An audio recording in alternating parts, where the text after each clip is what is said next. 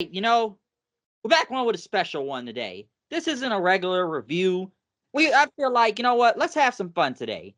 And I know a lot of people aren't really fond of this list, but we want to come talk about this list, this award thing. Given I was very amused of what I read, and I think this is just really fun to make fun of and whatnot, just the ridiculousness of this. Because today's video is not your regular pay-per-view review or anything.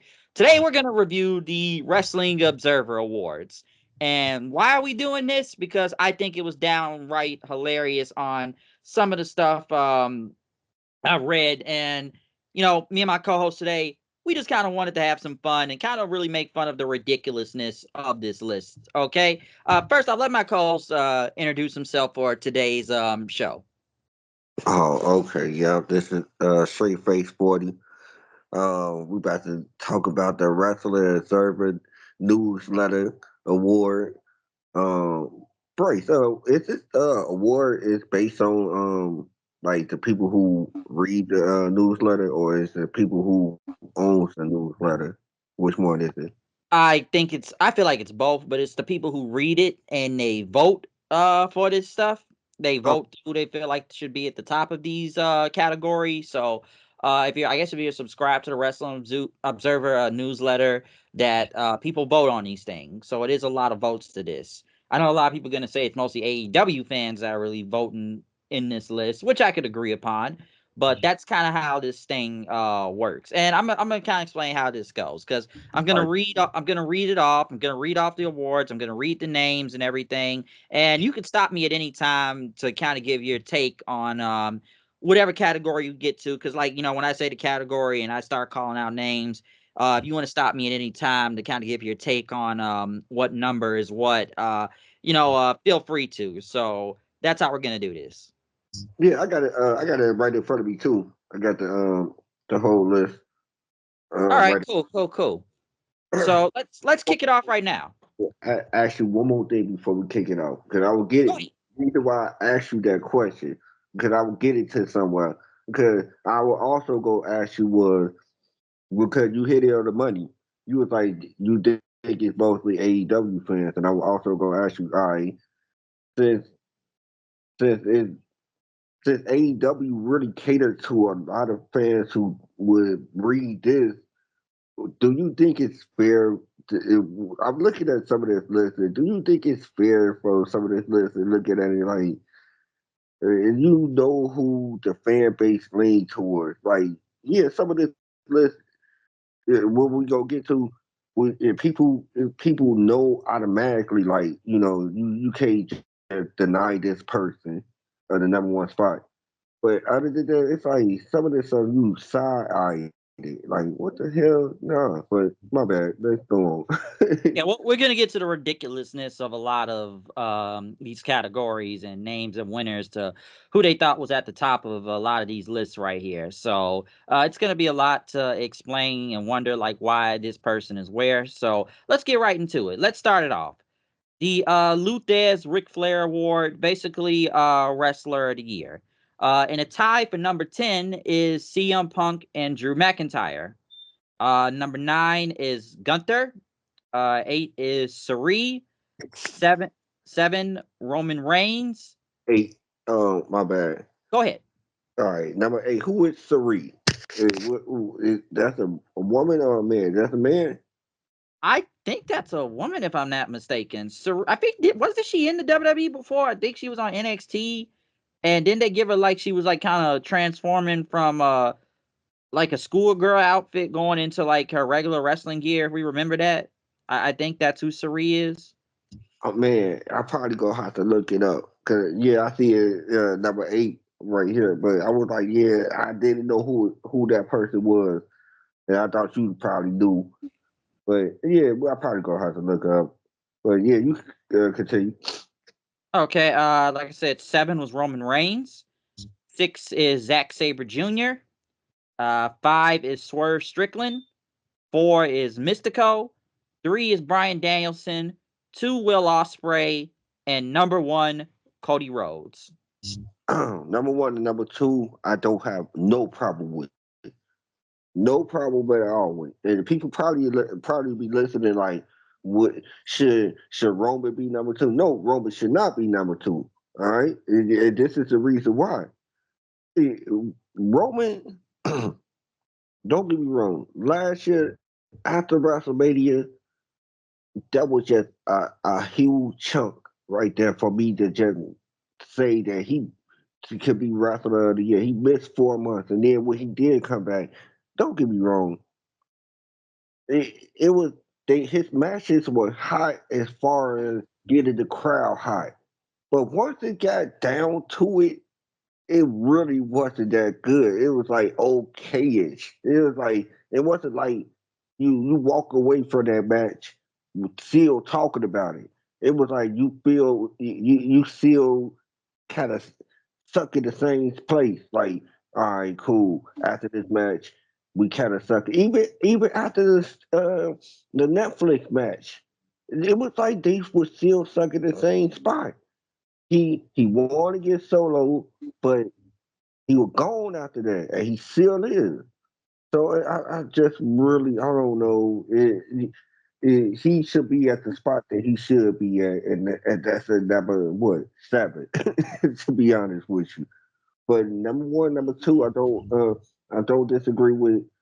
Number three, I kind of disagree with. That once again, he when it comes down to getting the people hype, yeah, the Brian Danielson got you ready for his matches. You were ready to see it, and then the matches were good, but it was few and far in between.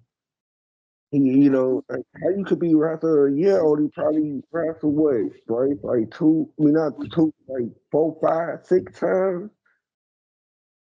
Yeah. Yeah. How Yeah, many times did he wrestle? right. And then some of those matches wasn't bangers. He wasn't. He the Jack Perry match wasn't a banger. I'm sorry, it just wasn't. It was okay-ish. It was okay. Oh, they're in 3 person. I for me. You know what I'm saying? Like him and Swerve, yeah. I think 4 out of 5 to me. But it's just like I don't.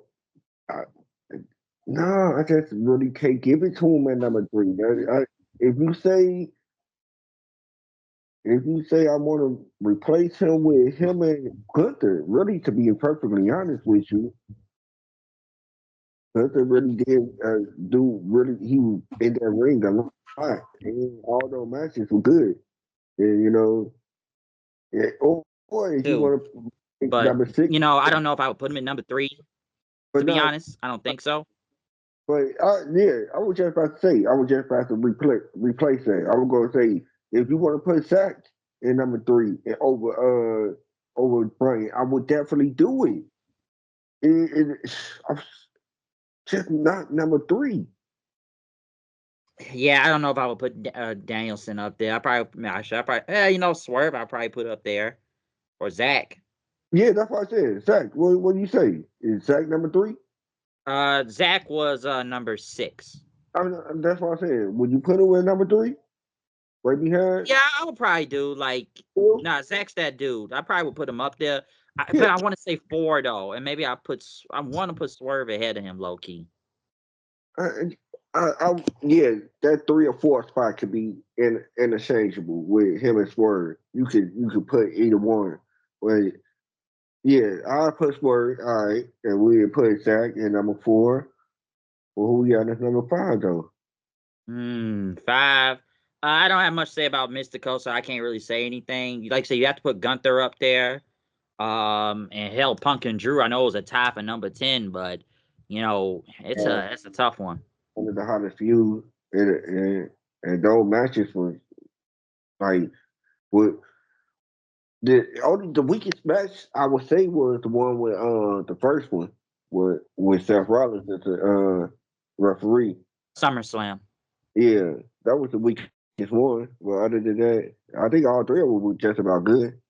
Oh yeah, they're all great matches. So obviously the Hell in a Cell one was the best, but no, Yeah. it was all really good though. So yeah, you probably like I understand it kind of is a tie, but I'd still put them up there too. So you know, this list isn't too inaccurate out of a couple names probably switched around, but, you know, Cody being number one, that's no surprise. Yeah. So I could agree on that. But let's move on. No. The next is the most outstanding wrestler. Number 10, CM Punk and Cody Rhodes. That's a tie. Number 9, Hechicero. Number 8, Mayu Iwatani. 7, Swerve Strickland. 6, Gunther. 5, Suri. 4, Zack Sabre Jr., 3, Konosuke Takeshita, 2, Bryan Danielson, and 1, Will Ospreay. Darby Allin was an honorable mention. All right. Gonna I hear a know, lot of Will Ospreay on this list. but he pretty much deserved it. He really did his thing last year. Here's the thing. Now I know what the best. I mean, the outstanding wrestler is. He's like the guy who put in that work, like the workhorse award, basically, like the guy who put in that work in the ring and made good matches. And I understand what that category is. Man, Will definitely deserve it. Real talk. And I don't disagree with. The only thing I disagree with is Cody being so down at the bottom because I'm not saying he is those matches that he just you know one of the most outstanding guys. I like his matches all the time. You know his matches can drag sometimes, but at the same time, I think I do think he deserve at least like the bottom 10, but not number 10. I would say like 7, 8ish. You know what I'm saying? It ain't like his matches be like always good and always on point. And like I said, sometimes his matches drag a little bit. You know, um, some of these guys I can't really speak on. I don't want to, disrespect them or anything like that.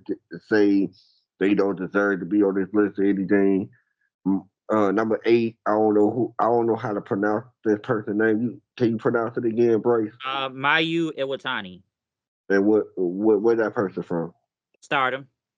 Stardom. Oh, so that's a girl. Oh, okay. She's been on AEW, I think, a few times. They brought her on, but she's good. But I can't say I've watched a lot of her matches, unless it's probably been in America. She's popped up on AEW or like TNA, I think, maybe a few times. So I can't really say that much. So I don't know everything that goes down in Stardom. Hechicero, I've mostly seen him in AEW, but he's actually really good. Everybody else, I kind of agree with this list. Like, yeah, you got to put Takeshita up there. You definitely got to put Zack Sabre Jr. up there, obviously. Um, so I can understand some of these things, but I'm not really surprised Will Ospreay was number one here. Well, I think this is the third year in a row Will Ospreay has gotten this award. See, like I said, Will don't. I'm not really going to say anything bad about him because I really think Will really put in the work last year. Oh, he was having hella matches, great And matches, and we're gonna get into that soon on this list also because you're gonna hear a lot about that also. you know, I we was blessed to see a couple of his matches, up front and live. So it was cool for me to really see Will up close and live. So yeah, Person. So yeah. So I really, yeah, yeah. So we know Will is that dude. yeah. And so he deserved it. So I can understand him being a number one. No. Now let's move to the tag team of the year because looking at the tag teams of all across wrestling, it's not like the tag team division has really been good in damn near any company, if you would say. Well, let's go through this. Number 10, Kevin Koo and Dominic Garrini. I don't really know. Number 9, the Outrunners. Number 8, the Motor City Machine Guns. 7, Dragon Kid and Naruki Doi. 6, Hazuki and Kaguma.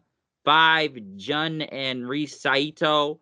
4, Sting and Darby Allin. 3, FTR. 2, Nathan Frazier and Axiom. Number 1, the Young Bucks. And let me just say the honorable mentions real quick. Jake Something and Mike Bailey. Private Party. Bullet Club, War Dogs of Clark Connors and Drilla Maloney, Bishamon, Hiroki Goto and Yoshihashi, Chichihiro and Chichiro Hashimoto and you, DIY and the United Empire of TJP and Francisco Akira. I just want to say, I'm sure everybody's going to call this bias because it's the Young Bucks. So you know how Dave feels about the Young Bucks, but did they really do anything to become the number one tag team? You know, I can at least say Fraxium there, they've been consistent and put on a lot of great matches. But here's the thing. Like you said when you started off the category, all across wrestling, as far as we've been watching, it haven't been it haven't been it haven't been good. It's like it's been all right. Um, all through WWE, it's really not good. That it really showed throughout this whole category. You can't even really name a tag team for the main roster. If you really want to count the Motor City Machine Gun, not really, because they was only on the main roster. I mean, not on the main roster, but only on WWE TV for like what? Since what, December? What's it, Yeah, November? December. I Which think it was one was it? November maybe or December. They haven't been here that long. There we go. So I can't really count them as a WWE team with this category because guess what? With this category, they're not even counting that. And I highly doubt they counting anything from. You get what I'm saying? I highly doubt they counting anything from that run from November to now. I really don't think they counted that. So I think they really counting they stuff in TNA, before they got signed to the WWE. It really show how pathetic. I'm not gonna lie, it's really not looking good. I wouldn't be surprised if that Miz don't miss. I mean, Mello don't miss. Miz team don't win the tag team championship too soon. Like that's how bad the tag team division is.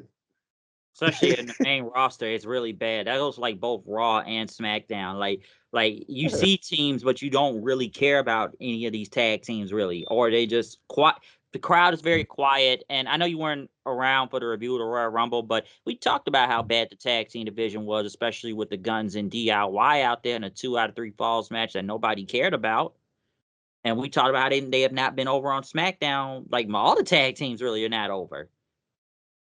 Like they're not over. Like that's how bad it's really on the main roster. How do you feel about the Young Bucks being number one? They won by default. They were I the mean, champions, I remember.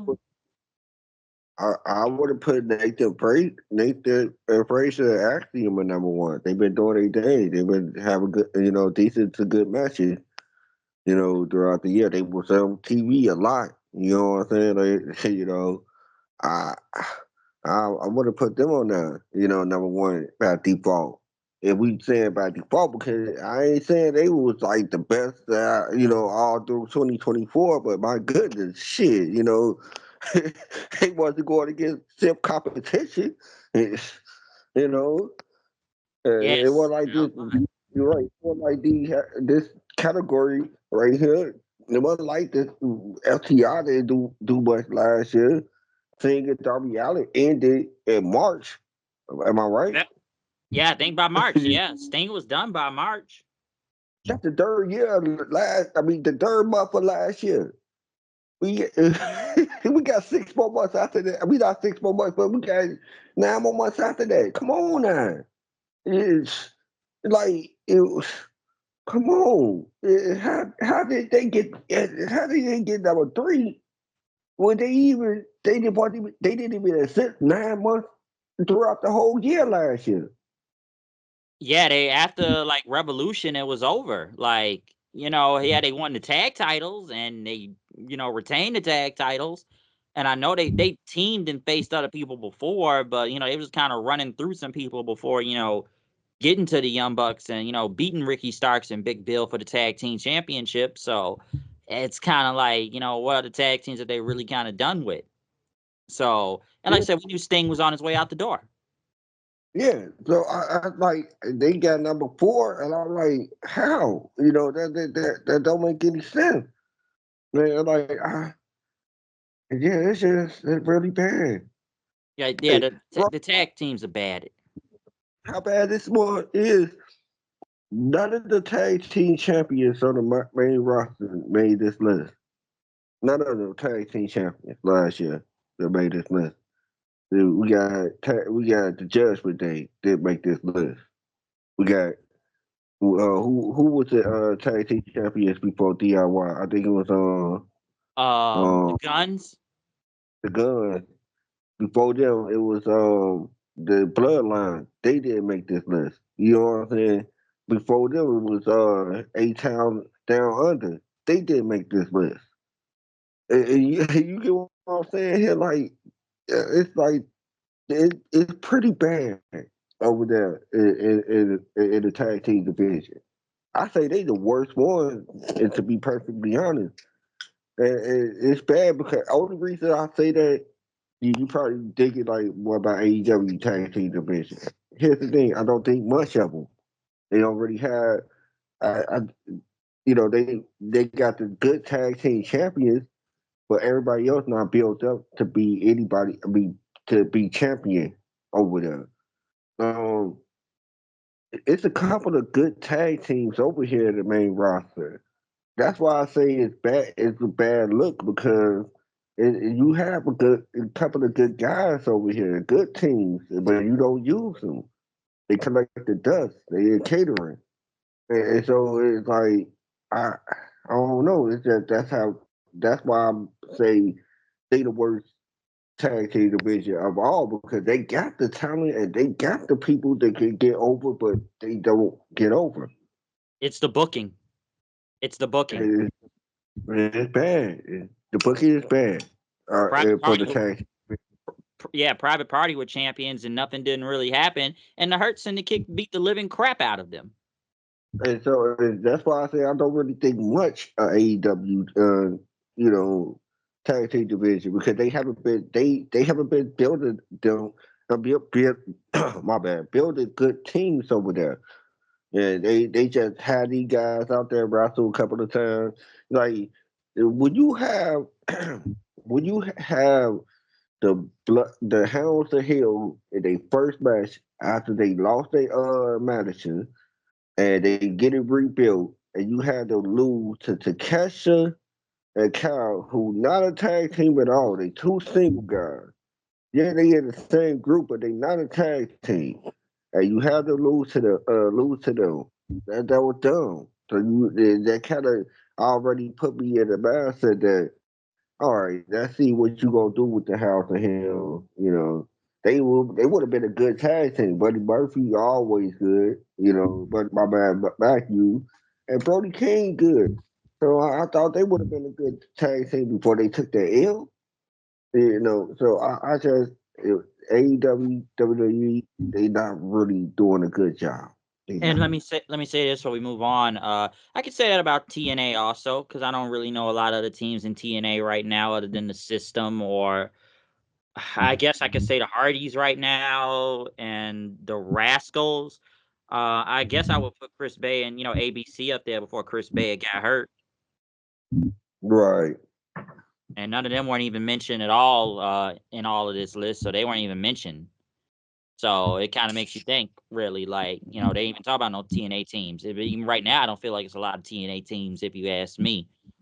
Just kind of looking at the landscape, I can only name like 3 really right now, so there's not a lot of teams there. But moving on from that, the best on-air interviews or the best mic work. Number 10, Paul Heyman. Number 9, Swerve. Number 8, MJF. Number 7, Tony Storm. 6, Cody Rhodes. 5, CM Punk. 4, Will Ospreay. 3, Hangman Page. 2, The Rock. 1, Drew McIntyre. Honorable mentions go to Kevin Owens, John Moxley, Bryan Danielson, Mark Briscoe, Harley Cameron, Christian Cage, Sami Zayn, and Zack Sabre Jr. All right, cool. Uh, before I go on, I hate to ask you this in the middle of the show. Am I going too long winded in my explanation? If I am, just tell me so right now. I'll cut it. I'll cut it short. Yeah, I know you got a lot of this stuff to kind of get through, but like I would say, like just get the important parts out. You're not going too long, I want to say, but I know you want to get your opinion on mostly everybody in this, so like just the most important parts if you can, because I know we got to run through some stuff, and I know it's probably gonna take some more time to explain the later on stuff, because it's a lot of detailed stuff to kind of go into. But like I will say, like, do you agree with this list, or just what do you think about who's number one and everybody else involved? All right, and we're gonna start with this one because hey, number one, I wouldn't say I would disagree. You know, I don't disagree with it. The mic work is great because of his character. It's all depends on the mic work. He got to tell his story. He got to tell the reason why he's mad at the bloodline. You know, and why he's feel like he been screwed over. He been telling that story since the 2023.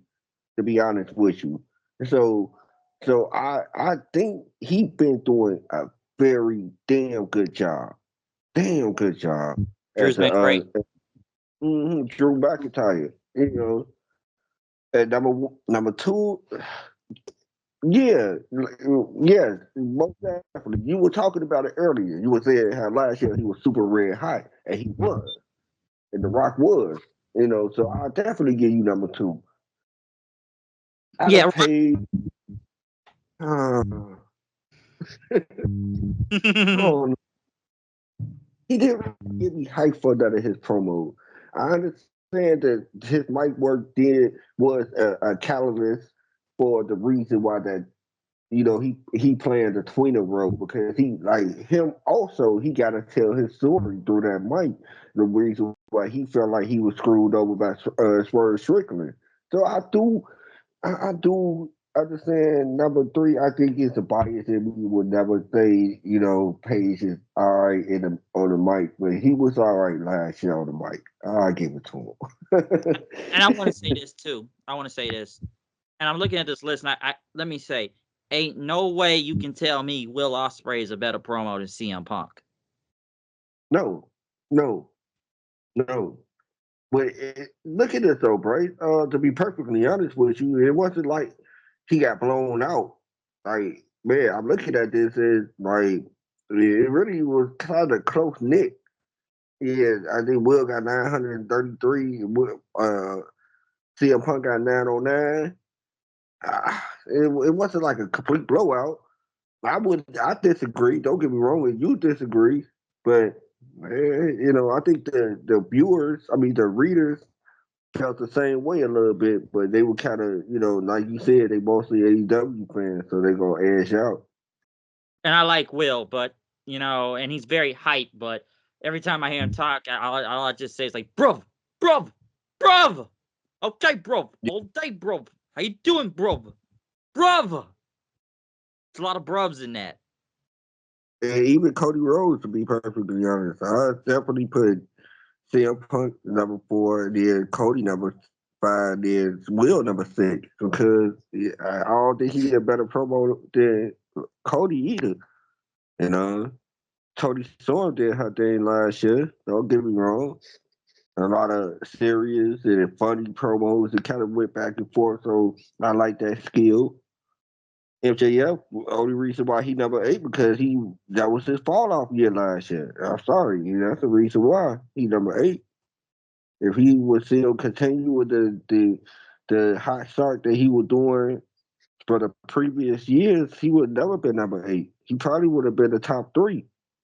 But it's the reason why. Word the same way. Half of the year was a good year, then half of the year was a bad year. So it was like it wasn't really what he didn't really have a continuing hot year. It was half and half. And Paul Heyman, number 10, the reason why, because he wasn't really on TV that much. You True. know? Yeah, I so agree. Yeah, he ain't been on TV all the time, so now I would agree with that. But yeah, like the whole mic work thing, it's not that inaccurate. So I think it's okay. Like Drew, he deserves it. So Drew definitely upped his game on the microphone. But let's move on. Number 10 promotion of the year. Number 10 Rev Pro. Number 9 All Japan Pro Wrestling. 8 Dragon Gate. 7 TNA. 6 UFC. 5 Stardom. 4 New Japan Pro Wrestling. 3 CMLL. 2 AEW. 1 WWE.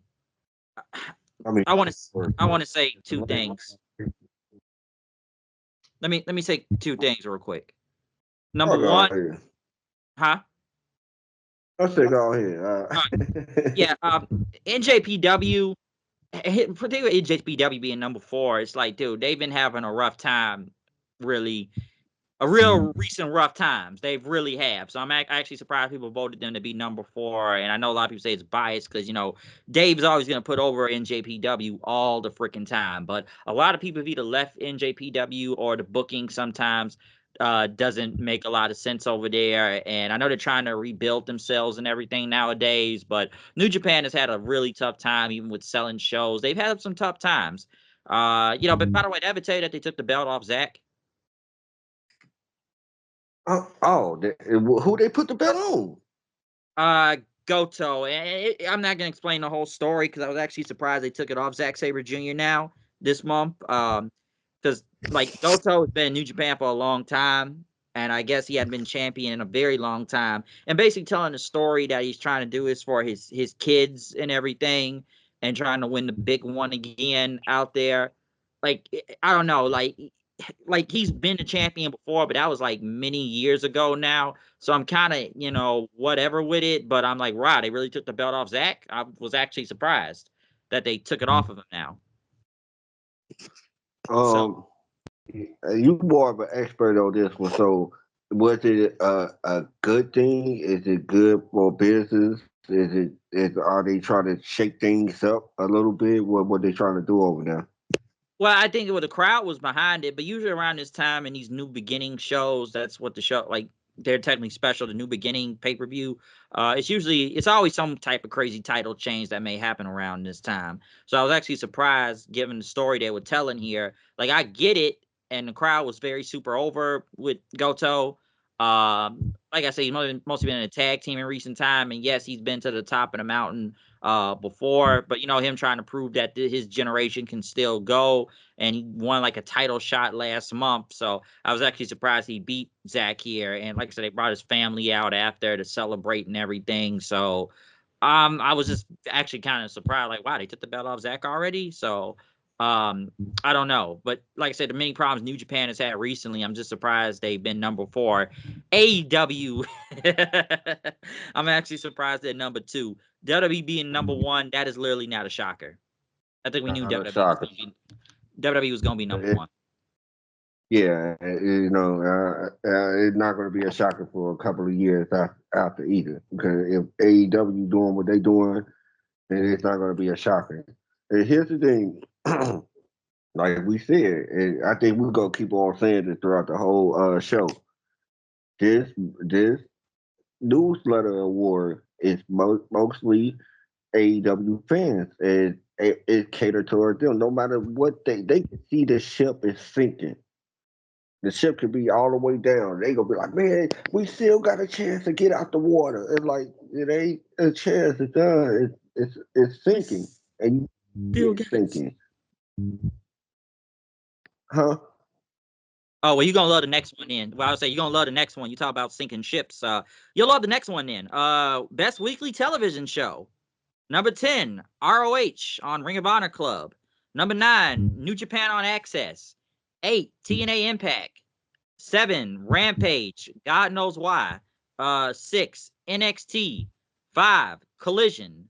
4, CMLL Super Viernes. 3, Raw. 2, SmackDown. 1, Dynamite. And slide two, Bryce, do you see the numbers? My goodness, what the hell did they even, what they seeing? The numbers are crazy. 522 to 187. And that's a SmackDown to Raw is 522 to 151. Like, wow, these numbers are crazy. Why? What are they looking at? I'm not saying Raw or SmackDown. It's especially SmackDown when it went 3 hours, but it wasn't 3 hours last year. Mostly last year.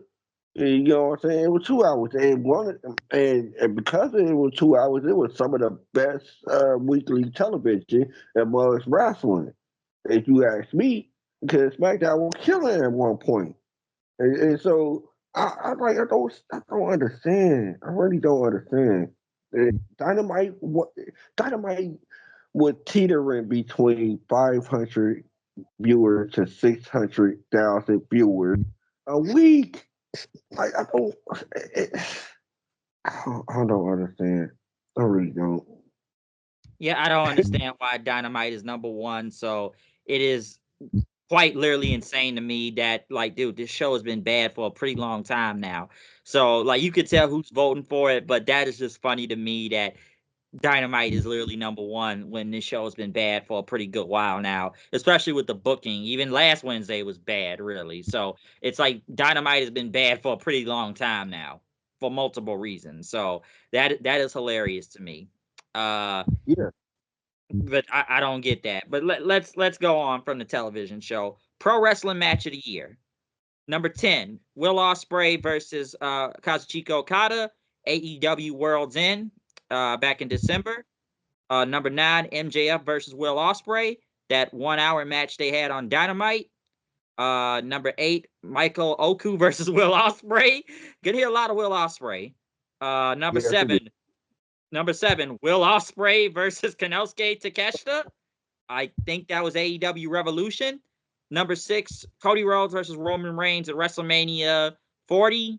Number 5, CM Punk versus Drew McIntyre, Hell in a Cell. 4, Bryan Danielson versus Zack Sabre Jr. at the New Beginning back in February. 3, Sting and Darby Allin versus the Young Bucks. I'm honestly surprised that's that high. Number 2, Bryan Danielson versus Swerve Strickland, AEW All In. And number 1, Will Ospreay versus Bryan Danielson, AEW Dynasty, back in April. Um, I agree with number 1. I definitely agree. That was definitely a banger. Um, it I don't disagree with this list too much. To be perfectly honest, the matches that they put on here were top notch matches. You know, number two, that was a good match. Brian Danielson and Swerve, uh, Darby Allin and Sting versus the Young Bucks. That was that was just a wild, insane, crazy match. Glass. that glass spot gonna stick with fans for the rest of their life, for real. Uh, Brian Danielson versus Zack Sabre Jr. That was like some of the most technical stuff that you've seen last year. You know, Oh, yeah, especially when you get technical. yeah. And so CM Punk versus Drew McIntyre, the whole feud was fantastic. And when you talk about the Hell in a Cell, that was a great match. It Yep, was great. CM Punk, Cody Rhodes versus Roman. That was a good match. You know, a lot of run-ins. You know, but you knew it was going to be a lot of run-ins because it was the ending of Cody versus Roman for a while. So you were gonna have a lot of bloodline run-ins. But it was a good match overall, though. You Yeah, know, definitely. Are you surprised that Will Ospreay was on this list this many times? like we were just saying back in the Outstanding Wrestler Award, he deserved it. And this is the reason why he deserved it. This kind of it's like it solidifies the reason why he deserved Outstanding Wrestler Award. When we get to this category, he dominates this category, and he deserves it.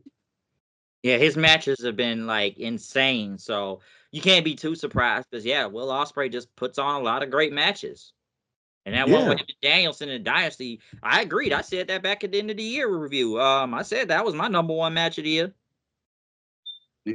So yeah, so it was a reason why he deserved that reward, and he deserved all these matches because he put in 100% in all his matches.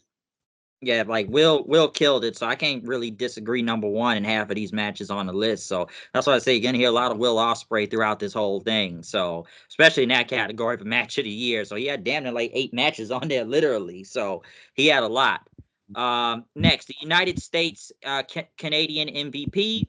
5 Drew McIntyre, 4 Swerve, 3 Bryan Danielson, 2 Will Ospreay, 1 Cody Rhodes. See, they kind of, kind of double talk with this one. If you gonna give the person the MVP award, that ain't that like you basically giving him the outstanding wrestler award too. You know, it's like I would put Will over Cody only because of how good his matches was. But if you talk about a person who been like a face of the company and he was the face of WWE for the whole year, I definitely would put Cody up there. You can't really deny the reason why you put Cody up there, but Swerve, like I said, last year wasn't really it was half and half. That first half, he was before was that before he became champion? That first half He of was the champion 2020. by April. By April, right? Okay, so by April he was champion. So I say the run before he was champion and when he was champion for a little while because remember the first match they had him wrestle when he was champion. It was a long ass match with Kyle Fletcher before they even get Kyle Fletcher his run.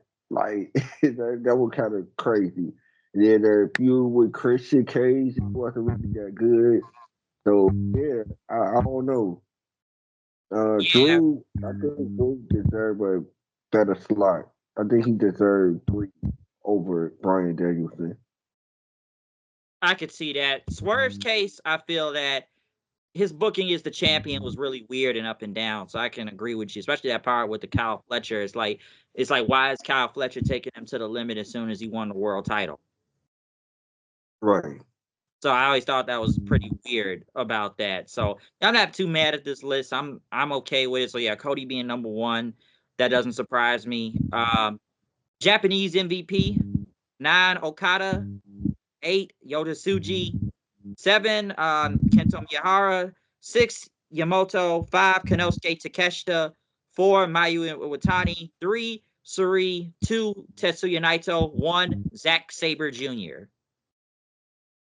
And I know Uh, people are questioning this because it's a British man winning a Japanese MVP award. what promotion he in? New So we Japan got Pro to Wrestling, understand.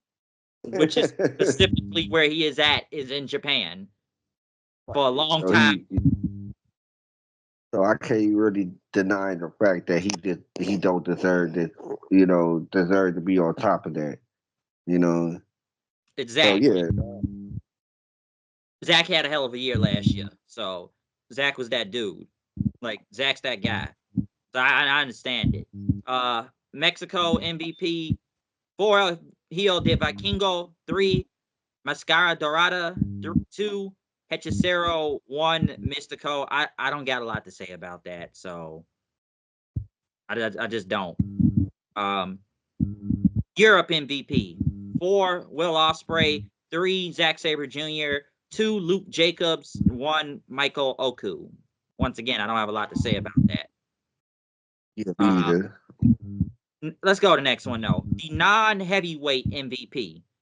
10 Yamamoto, 9 Suri, 8 Hiromu Takahashi, 7 El Desperado, 6 Chad Gable, 5 Speedball Mike Bailey, 4 Mascara Dorada, 3 Doki, 2 Mystico, 1 Darby Allen. Uh, well, I can't really say too much about it. Like, there's a lot of guys that could be in this position, especially like coming from AEW because they got a lot of non-heavyweights over there.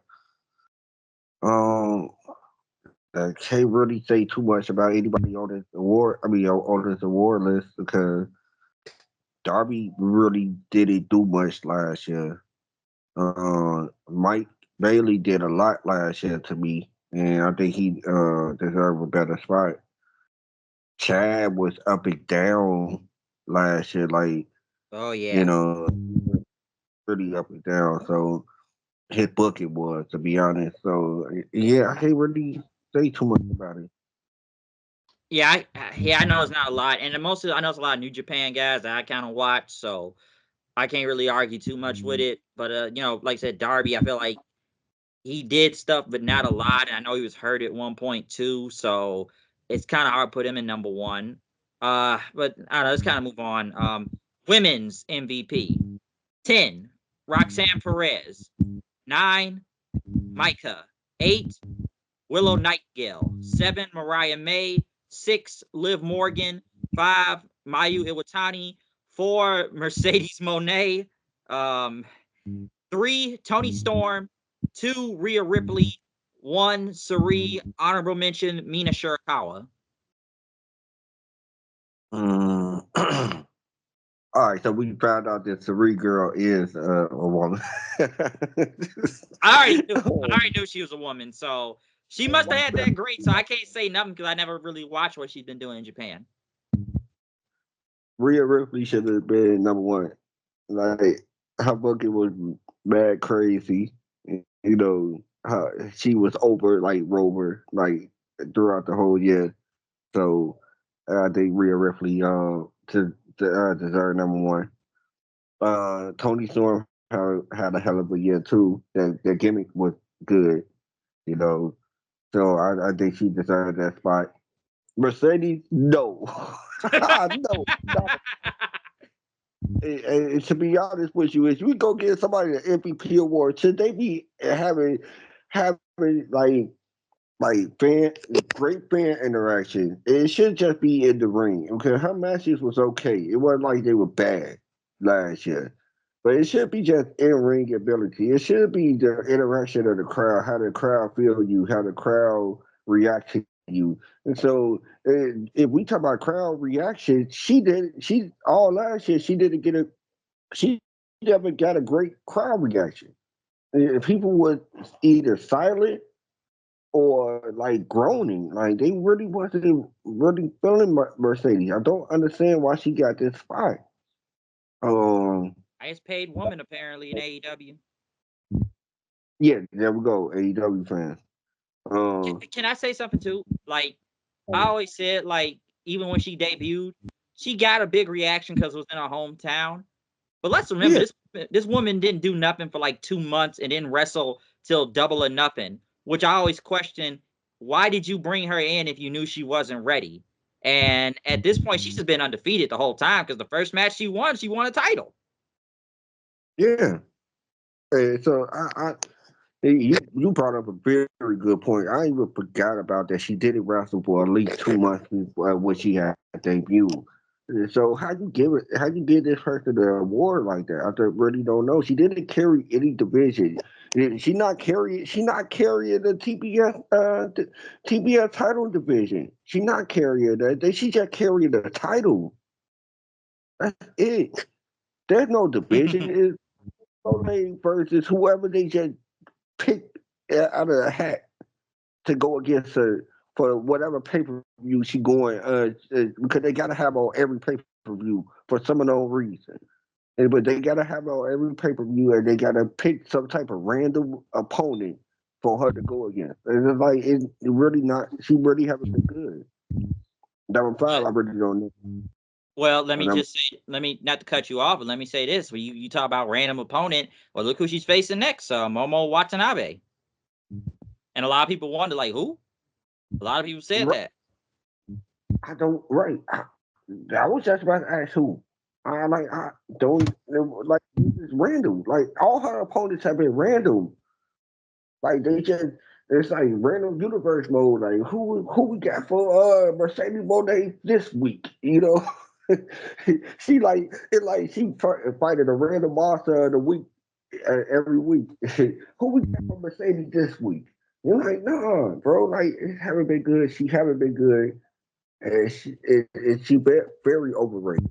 Very very overrated. We'll get to the overrated list soon. We'll get to that part soon. But I will say, you said this a couple weeks ago. It's like, why are we putting Mercedes and Yuka Sakazaki in the main event on Dynamite randomly with no build for the title? Like, this is the main event. I was like, this is really the main event. I was like, man, no Right wonder people tuned out. there we go. That was the easy tune down. Like what? This the main event? I ain't about to watch this match.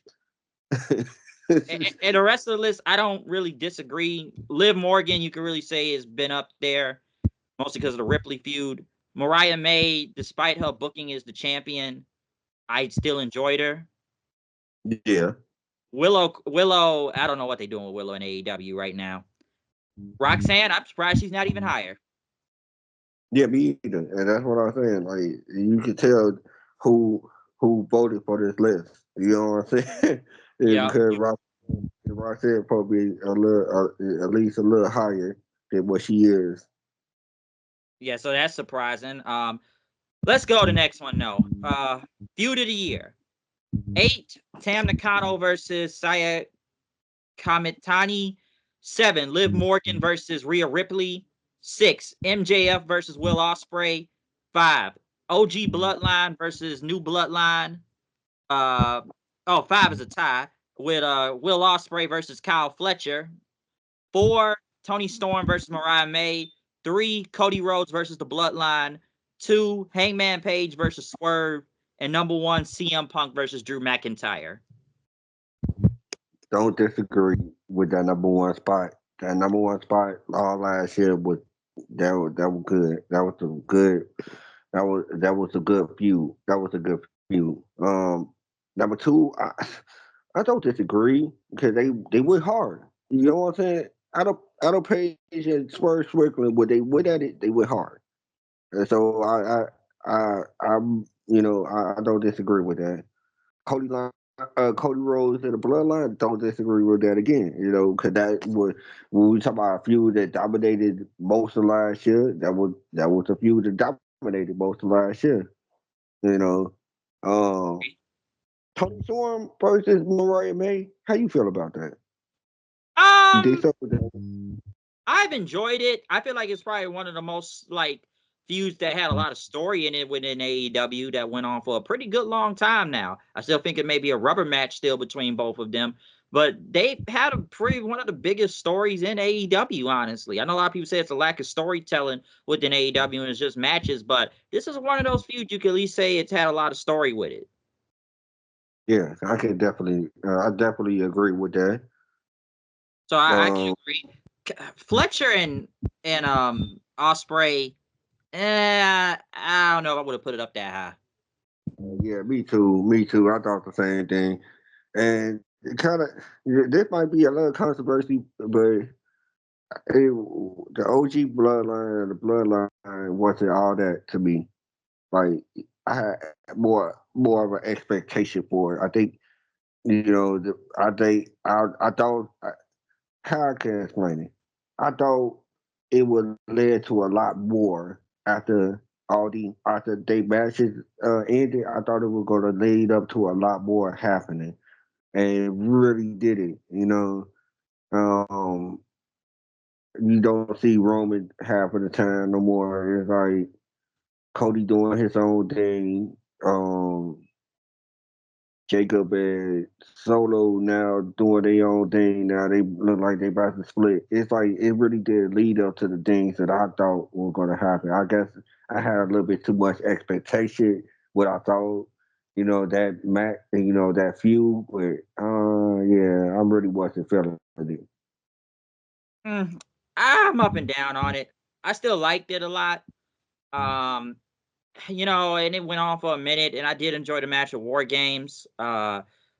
Would have I expected a little bit more? Maybe, but I did like it, so I'm kind of okay with it. Like that's my take though. Uh, Liv and Rhea. Well, shit, that was only the two women on Raw that really mattered for the longest time, and that went on for a while.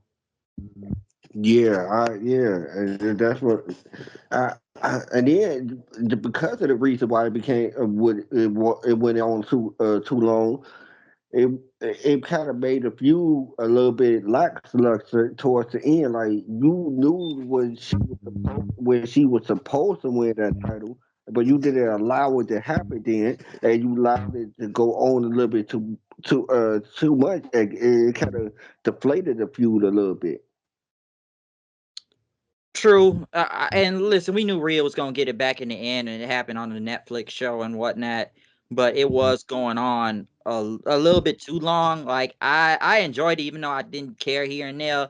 But I still thought it was good. It was like I say, it was only two women on Raw that really mattered. Like if you wasn't Rhea, I mean, if you weren't Liv or Rhea, that was just kind of it. Said you want real. Live was just there for the ride. Especially Rhea. Yeah, we already know Rhea's like the golden goose right now when it comes to the women, especially on Raw. Especially like we said before, who's really about to beat her right now. So that's the golden goose right there. But moving on, Vic's best box office draw: 3 Roman Reigns, 2 The Rock, 1 Cody Rhodes. I'm cool with that. I'm cool with Um, that. most improved, most improved. 10 All right. My Sakurai, I don't know. I'm trying not to butcher their name. 9, Nia Jax. 8, Liv Morgan. 7, Commander. 6, Mariah May. 5, Swerve Strickland. 4, Gabe Kidd. 3, David Finley. 2, Harley Cameron, which they mostly just started doing more with her than I can say last year. That's kind of a weird one to put in number 2. 1, Kyle Fletcher. Honorable mentions go to Lash Legend, Obafemi, Solo Sokoa, Tiffany Stratton, Drew McIntyre, Jay Uso, Hanan Hanare, Jada Parker, Chris Statlander, Daniel Garcia, and Yota Tsuji. But yeah, Fletcher was number 1 most improved. It deserved because he did improve a hell of a lot. To be honest with you, remember I was just mentioning that match with him and Swerve Strickland after Swerve won the title. See, he wasn't there. He wasn't even at the level that he at right now where he went against Swerve, and that was in April. You know what I'm saying? So I really think he did. He deserved it. Because he really did turn the lead. The body improvement, the in ring improvement. I really think the character work came along the way, and I really like it. I really like his improvement. So yeah, well deserved. Yeah, they are really trying with him. Harley Cameron, they really just kind of just started doing stuff with her in the past month or two. So I'm like, what did she really do last year? Nothing. To So be I, honest with you, the stuff that she did, right? She wasn't really doing much with it. It was like the most the most we ever seen from her is this stuff that she doing with Mercedes. That was not last year. That was this year. So what is this? Like I don't understand. I don't understand. I think she was on Rampage and Collision a lot. You know, I guess because we didn't watch those shows. I don't know. I just reachy here. I really am. I reach, but I'm trying to figure out the reason why they gave her number 2 in the most improved award. agreed. I don't know about that one. Gabe Kidd, I'd watch him if I was you. I heard about him. I heard about him, I think he'll be on Collision tonight. and just because you told me to watch him, Bryce. I'm going to watch it. I'm going to watch it tonight. I Ain't told nothing. I told you about that match with Omega back last month. Everybody's talking about. You were saying everybody somebody was almost a contender for match of the year. Yeah, already. Yeah, so yeah, I'm gonna check him out tonight. Who we got? You just random? It's gonna be a random opponent. Yeah, they And just said say, he'll be in action. oh, okay, then I'll watch him. Yeah, so I watch out for that guy if I was you. That's a guy you should check out. That's one of the big guys in New Japan right now. That's pretty new. They've made into a damn near top guy. Especially that Omega match was a star-making performance, though. Because I told you, like everybody thought that match was so great. Even Tanahashi himself was in tears after the match, and he was on commentary, tears of happiness. Man, that was man. Hey, all right, I'm gonna watch it. They better Yes, put him a good partner. I mean, a good dance partner because you know how it is. If he's good, if they better put somebody good with him. yeah. So that's that guy you got to watch out for. So yeah, Gabe Kidd. That's one I recommend for real out here. Um, but let's move on. Most charismatic. 10, Harley Cameron. 9, Tony Storm. 8, Kito Miyahara. 7, Cody Rhodes. 6, MJF. 5, Roman Reigns. 4, Swerve Strickland. 3, CM Punk. 2, Will Ospreay. 1, The Rock. um, The Rock, yeah, I can't deny that. That was that was good work on the mic. Will, man, he know how to bring in the crowd. When he talks, you really feel that whatever he wants you to feel, anger, mad, I mean, it's sadness, happiness, he will make you feel it. So yeah, I definitely agree with the number two with Will Ospreay. CM Punk, of course, ain't no ifs ands or buts about it. You know, Of he been course. doing his, um Swerve. Yeah, to a certain extent, I agree. Roman, yeah. MJF, no. The only reason I'm saying no because last year wasn't a good year for him, and I don't think he deserved the most charismatic one. I mean, I don't think he deserved a spot on this charismatic award list. And honestly, can I say something? Looking at the honorable mentions, I probably maybe somebody would have replaced them because looking, we got Jay Uso in honorable mentions, Joe Hendry, Rhea Ripley, Hangman, Danielson, Trick Williams, L.A. Knight. What?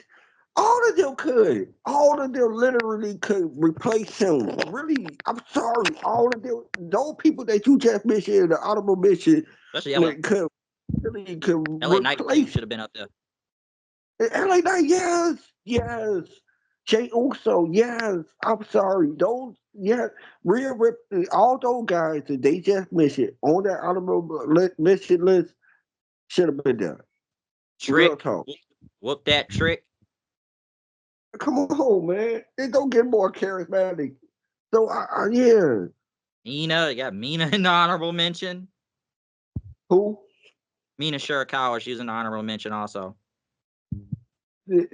Even her character, even if she was just a wild and saying, she still has some charismatic to that character. It wasn't really, it wasn't to my liking, but you know what I'm saying, though. It, somebody should replace Harley. Seriously, what the hell? For real. What did she do? Yeah, like once again, what did she do? She didn't start doing nothing until now with the puppets and the singing. I don't understand this. Like, Joe Hendry really should have been up there. right. Come on, what type of year? To be honest with you, most of these, some of this list, man, I'm surprised that he haven't been mentioned at all. To be perfectly honest, like, Yeah, we haven't heard nothing out of Joe Hendry. So yeah, it's like I know it's a lot of not much of TNA people being mentioned, but yeah, they didn't really mention Joe Hendry. That's kind of crazy that they have, especially in charisma. That man yeah, oozes charisma. So why isn't he up there? Um, but let's kind of move on. The Brian Danielson Best Technical Wrestler Award 6, Daniel Makabe 5, Gunther 4, Will Ospreay 3, Hechicero 2, Brian Danielson 1, Zack Sabre Jr. yeah. We were talking This, about one of his matches with Daniel Bryan that were very technical. yeah, you want to see technical Um, wrestling, you got to watch both of them. Will Ospreay, most definitely, he can go from technical to high flying to spot fest, whatever match you really want to watch. He got it for you. Um, Gunther matches. It all depends on who he was in the ring with.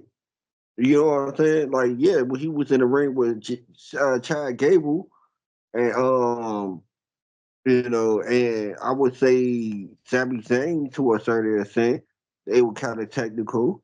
But when he was in the ring with Jay Uso and Braun Breaker and all them niggas, like I don't think he that was technical matches. You know what I'm saying? So it all depends on who Gunther was in the ring with at that time. I guess they giving him the award because he could go either way. Whatever match that the opponent is, he could go. He could do that type of match. Especially for like a So, brawling style, also. yeah, it was like we saw that with him and Sheamus a lot. And So speaking of brawling, let's get to the best brawler then. 10, yeah, Konosuke Takeshita. 9, Shingo Takagi. 8, Drew McIntyre. Swerve Strickland number 7. 6, Brody King. 5, Gunther. 4, John Moxley. 3, Gabe Kidd. 2, Tomohiro Ishii. 1, Hangman Page. Honorable mentions go to Kevin Owens, CM Punk, Sheamus, The Beast Muertos, and Luke Jacobs. all right. Adam Page had a couple of depth matches and cage matches. We just throw him that award. Like, oh, here you go, the best brawler award. I guess if you want to count last year because he had a lot of matches that were mostly brawling. So I think we can give it to him. I agree. You know, Especially the matches with Swerve. John Moxley, that's all he do. That's all he do. All he do, even in matches that have rules, and, and you will be disqualified if you do some of the things he does. He's still going to brawl. So it was like I don't. Yeah, that's all he does, man. Uh, Strickland, like I said, with Adam Page, he had a couple of matches that were brawling, mostly with Adam Page. So I think you can get him that award. Um, Drew, he had two matches that were brawling. With It Punk. wasn't like all brawling matches. Those two matches that he was brawling, don't get me wrong, they were good, but he only had two that he was brawling. So yeah, I don't know what to say about this award. This is just like one of those strange awards. Like you don't disagree with it, but you don't necessarily agree all the way with it. I will say one thing before we move on to the next one. Look up Gabe Kidd because he does a lot of brawling, so I can kind of understand why he's up there. Definitely look up some of his stuff. Next, the best flying high flyer. Number 9 is a tie between Darby Allin and Hologram. 8, Speedball Mike Bailey. 7, Mystico. 6, Neon. 5, Nathan Frazier. 4, Ricochet. 3, Mascara Dorada. 2, Commander. 1, Will Ospreay. Honorable mention, Rey Mysterio.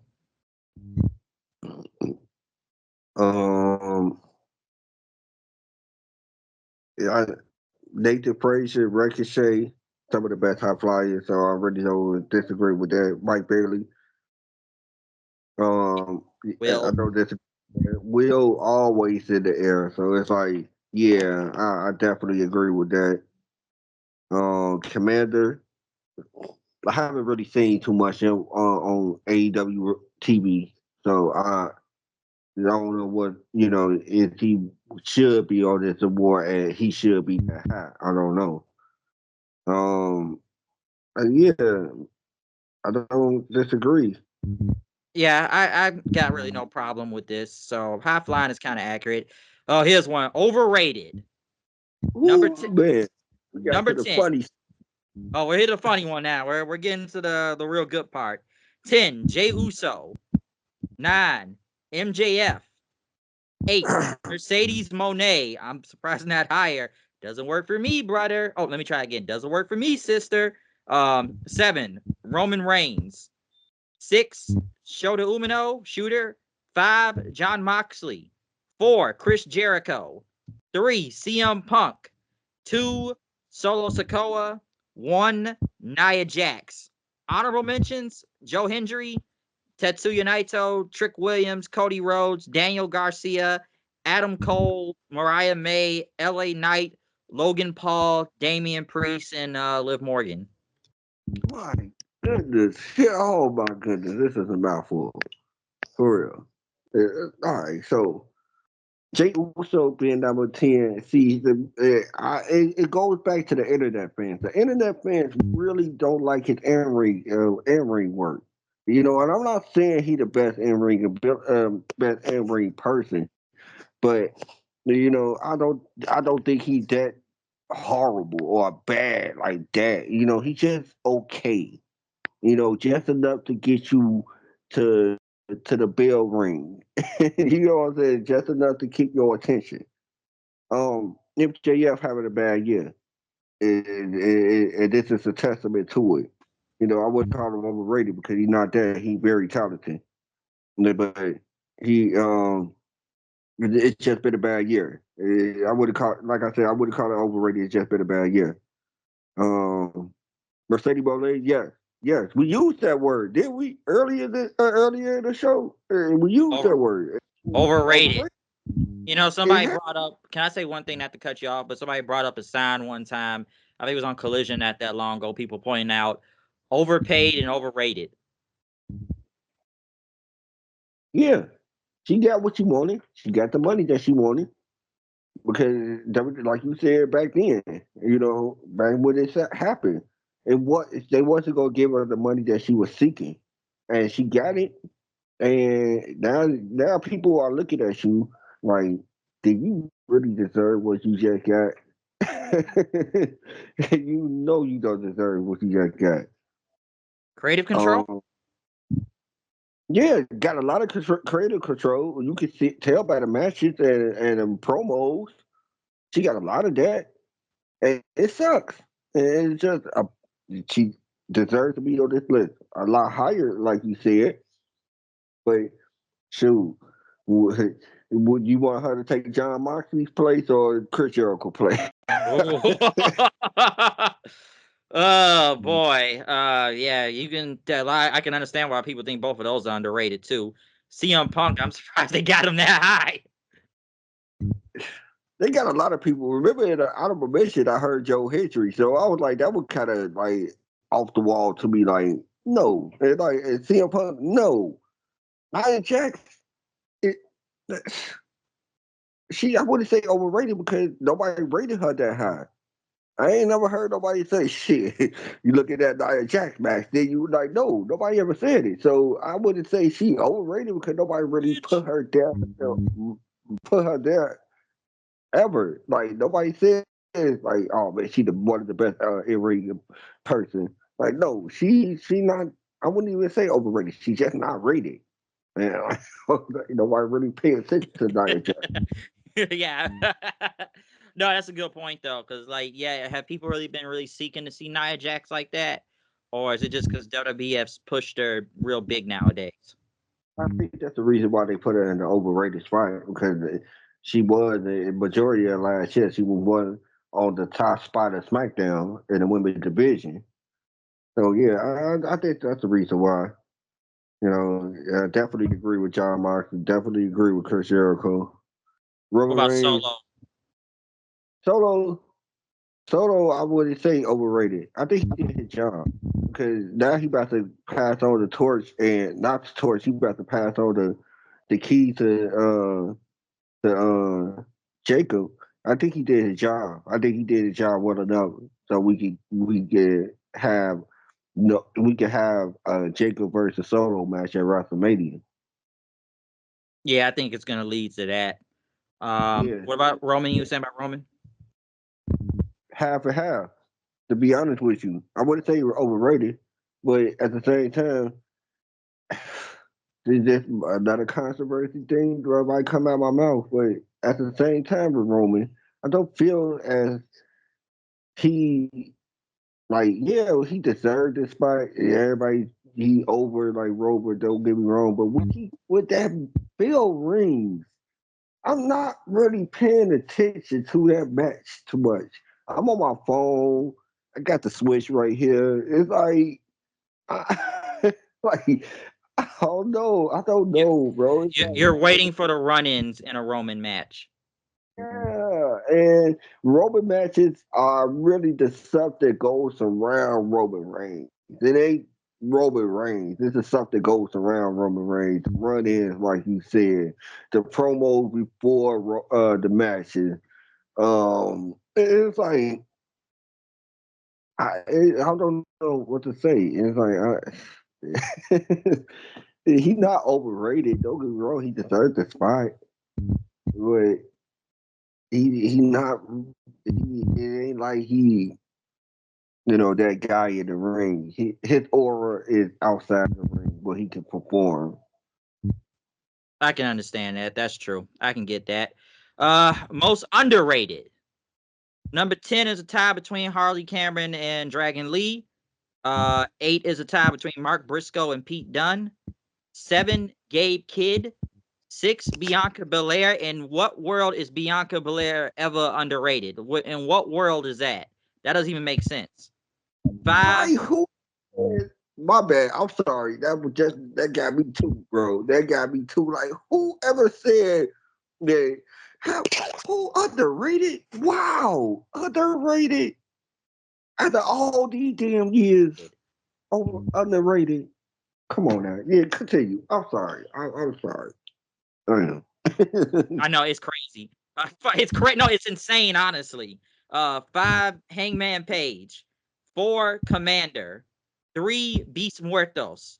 2, Chad Gable. 1, Konosuke Takeshita. Honorable mentions go to Rush, Mike Bailey, Carmelo Hayes, Brody King, Finn Balor, Kyle O'Reilly, Powerhouse Hobbs, Kevin Owens, Daniel Garcia, Big Bill, and Jay White. um, Big Bill, underrated because I really think he got something in him, and that I think a second run at the WWE would help him out real tremendously. Real talk, he deserved a second run. He really did the work on the body. He did the work and on the character. So I really did. I think he deserves another WWE run. Real talk. Um, you know, Commander, I don't think so. Like I think he hit his ceiling. I think whatever you see out of Commander is what you going to get out of Commander for the rest of his career. You know, it ain't gonna really. He hit his ceiling already. I think he there.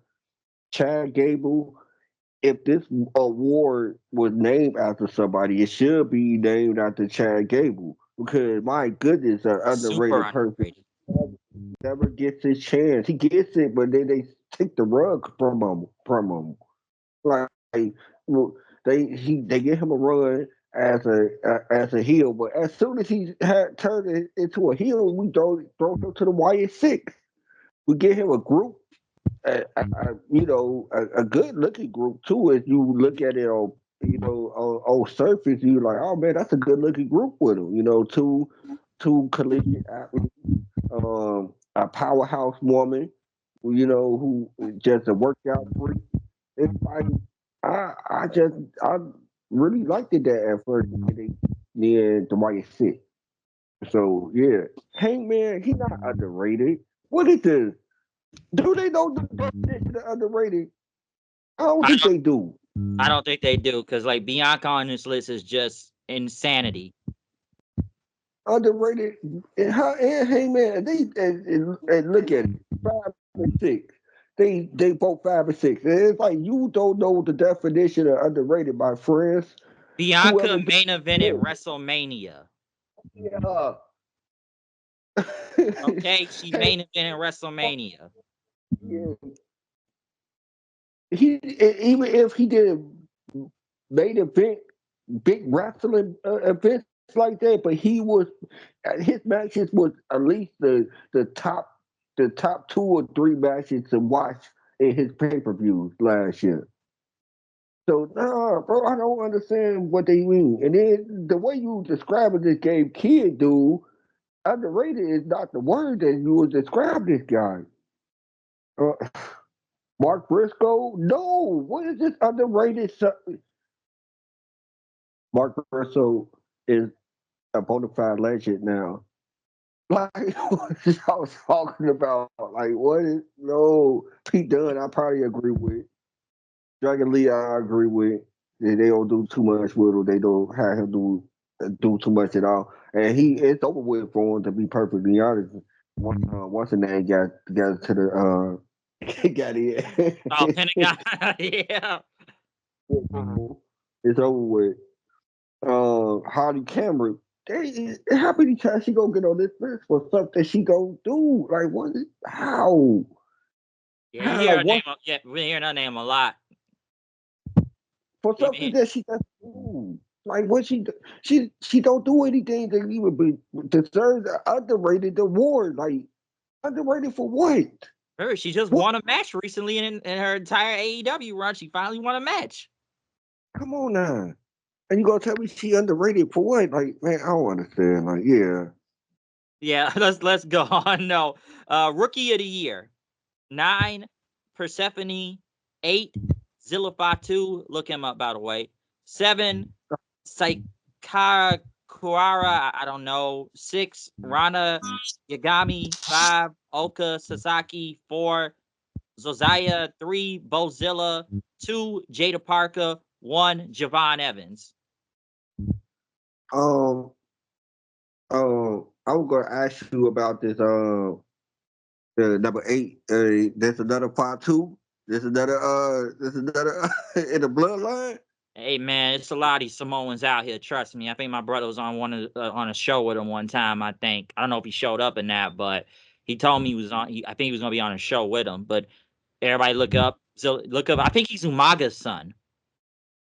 Oh, okay. All right. I know So, everybody was talking about he had a match with Booker T recently at Booker T's promotion, Reality of Wrestling. I think it's online. oh, okay. So Oh, it's a being lot of number these one. Samoans out here. Javon Evans being number 1. It's like the tag team division type of thing. And it's like yeah, we had a lot of rookies debuting last year, but it wasn't like it was a lot of rookies that knocked your socks off. And it was like, oh my God, that's the next big star of the year. So it's a lot of these guys are on this list kind of by default. Jada Parker, she had a good year last year, but I wouldn't say it's to the point that she deserved the spot on the rookie of the year, especially that high. You Yeah, know, that high. That's pretty high. Like I'm surprised. That's really high.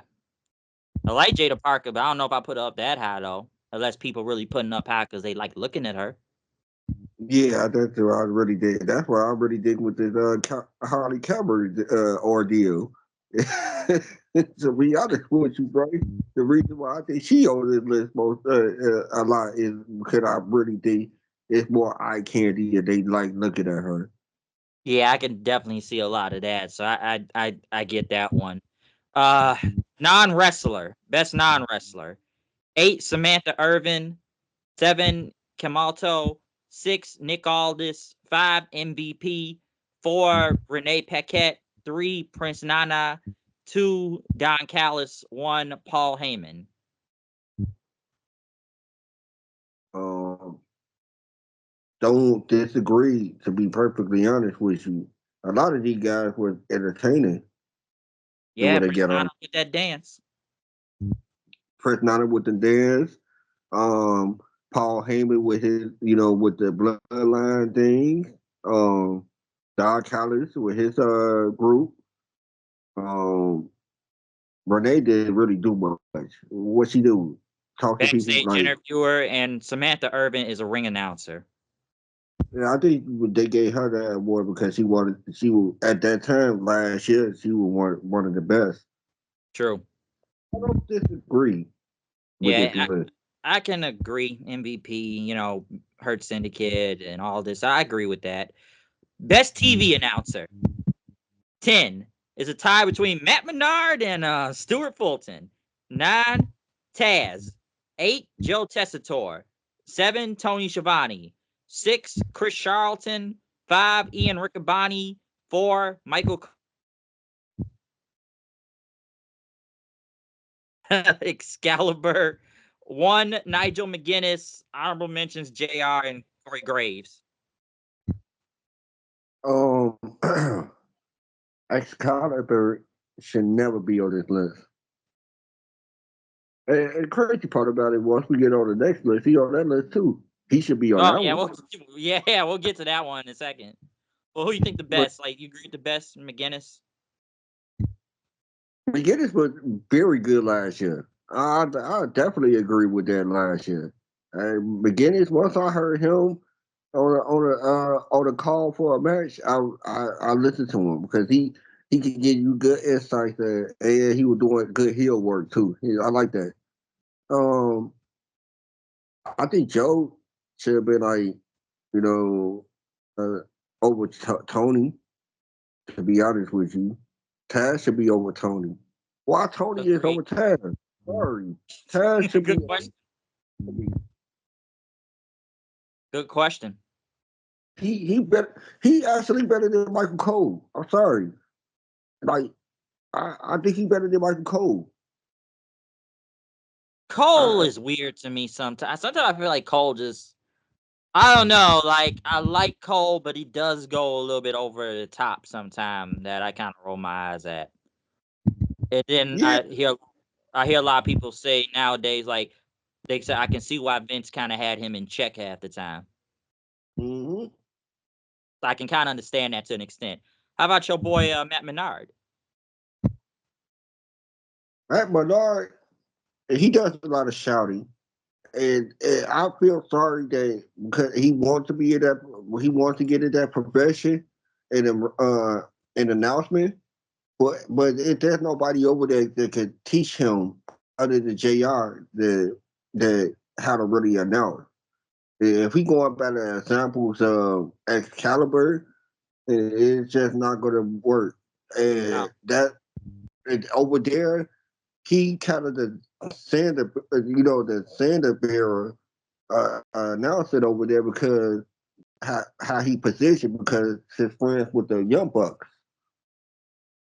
Yeah, because we'll definitely get to Excalibur in a second, especially with that part. You talk about who's friends with who. So we'll get to that, especially with the worst television announcer. 10, Chris Charlton. 9, Taz. 8, Michael Cole. 6 is a tie between Corey Graves and Tony Schiavone. 5, Matt Menard. 4, Excalibur. I'm surprised not higher. 3, Jim Ross, but let's be honest, it's not the same JR as it was. And JR does like what, maybe 10 matches out of the year. 2, Pat McAfee. Pat, I like and don't like Pat at the same time. There are times I already like him, but there's some times where it's just too over the top. Booker T #1 is that is quite funny to me. They put him as the Uh, #1 worst announcer. and I would say he because I still think Excalibur is worse than him, but Booker T can just ramble sometimes. You even me and you were talking about it earlier this week with his quotes and whatever he be talking about. Sometimes he can just ramble, and he does that on the he does that on NXT. He just rambles, and sometimes it's just unnecessarily. And I think he deserved to be on this list. Real talk. Uh, He he goes over the top a lot when it comes to a lot of people, or just say he go really crazy with the women out there, especially when Stephanie Vicaire be doing that move with her knees smashing somebody's head into the ground with it, and he's like, uh-huh, Don't get in trouble. yeah. He be getting super horny half the time. Charmel ain't gonna like that too much. I still remember one time. Let me say this. It was like one time on NXT, because like it was one time you could see in the crowd, Charmel, I think his family was behind him, and I noticed how more chill he was on commentary when she was there than when she's not there. Because before he'd be going wilding out, especially with the women. Sometimes I tell you, man, that is one mean sister right there. Like, man, you see her, man, like the hottie biscotti, or especially with the women, he go over the top. But he be doing a lot of quotable stuff, especially with Trick in his entrance, or with some giants. He'll be like, No bread, no water, just meat. Like I say, that's one of my favorite quotes from him. Out of all the days he say that silly stuff, but I'd say that no bread, no water, just meat quote. I say that's one of his best quotes that he can ever that he have because it's like he don't like he said he don't say much and what he I mean he do say a lot, but he just is rambling most of the time. So yeah, I definitely agree. Definitely agree. He do overtime. What about Pat? What do you think about Pat? And Pat, I agree with you with Pat. Sometimes Pat do go too far. Real talk. And he be doing too much sometimes. Like man, like he can come out with some good quotes. Like that one big sob. Like yeah, that's a good quote. I like that. But sometimes he should be like I don't know, man. Like the first time he was talking when they did that little Yeety, like oh man, he did it all over himself. Like the first time that was funny because it came out of nowhere, and then you don't see yourself like yes, they on Netflix. You know they can say something like this. But it's like now it's just like it's a long running joke that's not funny anymore. It's like, oh my god, he yeeted all over himself. Like my goodness, it was funny the first time, but now it's just knock it off, bro. Just knock it off. He do get ridiculous out there sometime, even with Cole to an extent. But now I probably have to agree with that. I still probably put Excalibur #1, but you know, in JR, like, you know, come on, it's the best you're gonna get out of JR. Yeah, Like I'm sorry. I can't put him in that worse announcing. Like that's doing too much. I don't like that. I mean, this he ain't the didn't same really JR from like 10, 20 years ago. no.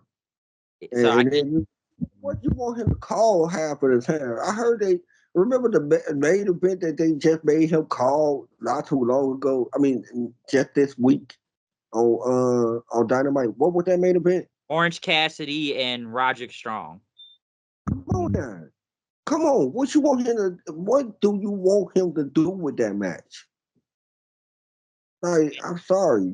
Even You just JR, let me say, even JR at this stage is still better than Excalibur, but it's like, yeah, he didn't have a lot to work with here.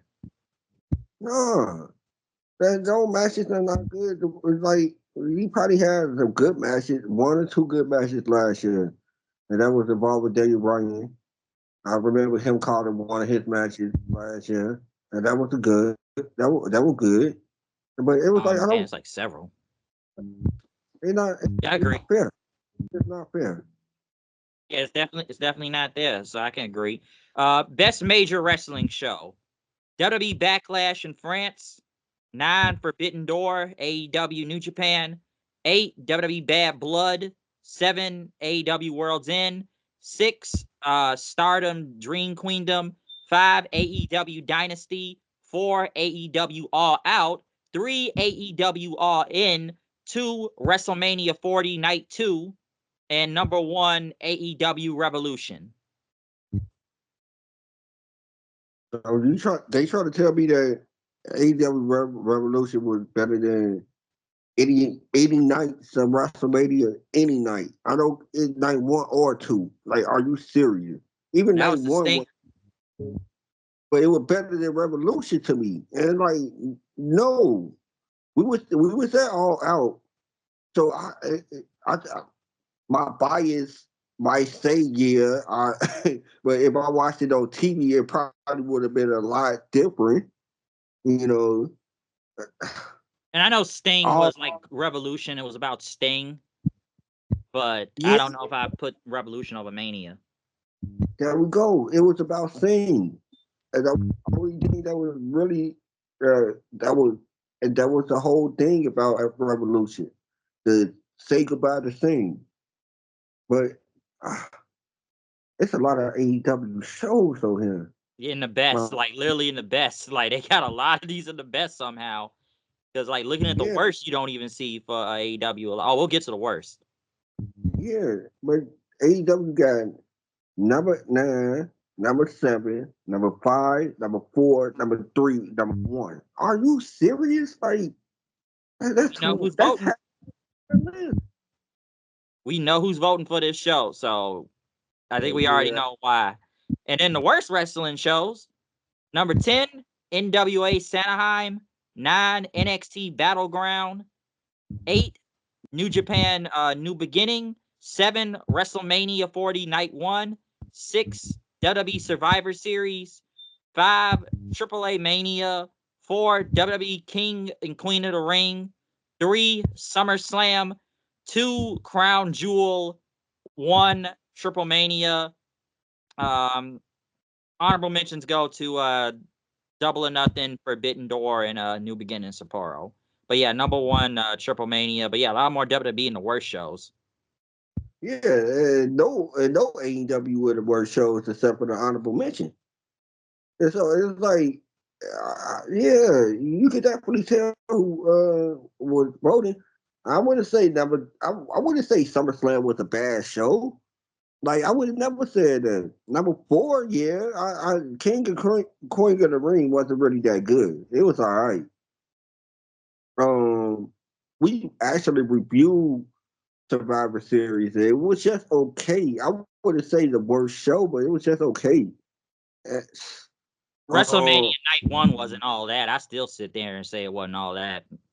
I think so. I'll put it there. Real talk, I would, because it really wasn't that good.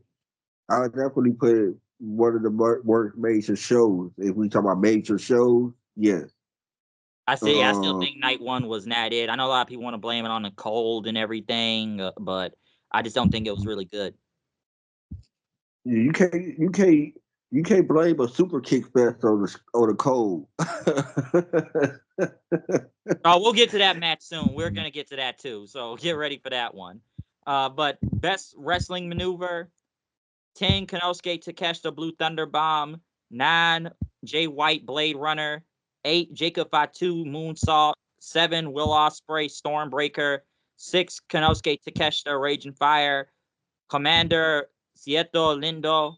4, Neon Running Rant Double Springboard Fosbury. That's very complicated. 3, Hangman Page Buckshot Lariat. 2, Will Ospreay Tiger Driver. 1, Will Ospreay the Hidden Blade. Hidden Blade shouldn't be number 1. I'm sorry. Shouldn't be. It shouldn't be number 1. No. I'm looking at it like, nah, Tiger Driver is a lot more devastating. That should be number 1. And you will go get him number 1 spot. How we get to catch that Blue Thunder Bomb like that? That move ain't even it's just a transitional move. Like I don't really see it as a good maneuver. It's a good looking move, but it is transitional. Yeah, it don't really do much. It only probably won 1 or 2 matches last year. That's true. So, like, yeah, I don't know how many things that really won with. And yeah, I agree about the Hidden Blade not being the best one. So, Jacob Fatu's moonsault looked clean. Yeah, that should be a lot higher. Agreed. But what you say about this a move that was like very complicated? What you were talking about this number? Neon Running Ramp Double Springboard Fosbury. Man, I gotta look that up. I'm gonna have to see it. Now, this one is one to really tackle. The most disgusting promotional tactic. Number 10, Netflix promoting Mike Tyson versus Jake Paul. Number 8 is, I guess, with a tie. WWE Triple H saying he didn't read the Janelle Grant lawsuit and acting like it was a great week for the company. / WWE silence on Lee Fitting, the new guy that they I think he had some controversial stuff going on. The guy replaced Kevin Dunn. 7, WWE having their women to a swimwear photo shoot in Saudi Arabia as part of propaganda. Number 6, WWE talking about sellouts and record gates. Wasn't AEW just doing that? 5, WWE whitewashing Vince McMahon from history rather than addressing the culture in the company. Number 4, UFC bringing in Donald Trump to show him as a hero.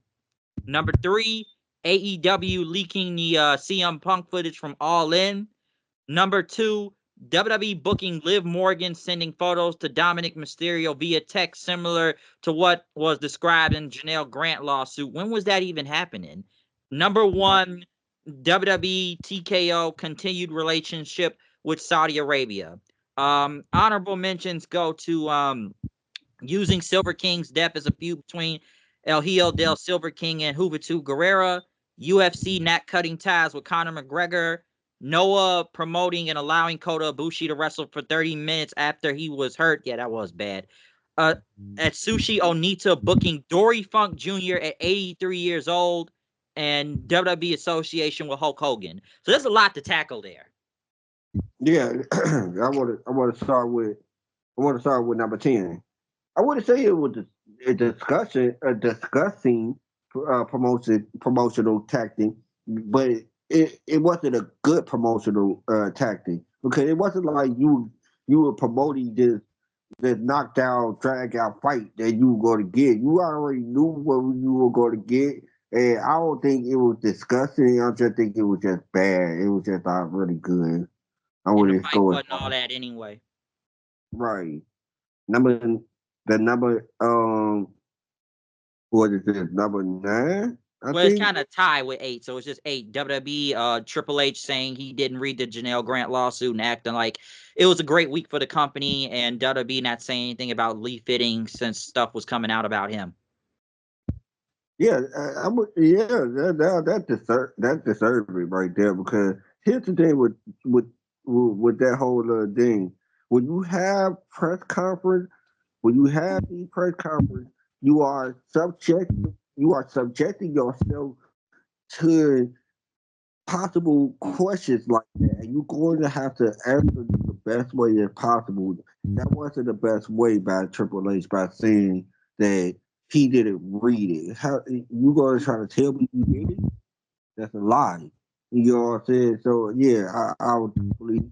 And then with the Lee Fitty thing, yes, it's another thing that I would put up there. You know, me personally, I don't use the word disgusting a lot, so that's why I would say I wouldn't use it. But it was pretty disgusting because that's something he was doing at ESPN, that was allegedly coming out. Yeah, you know, it kind of raised some eyebrows, you know. That's true, because he was number definitely 7. WWE having their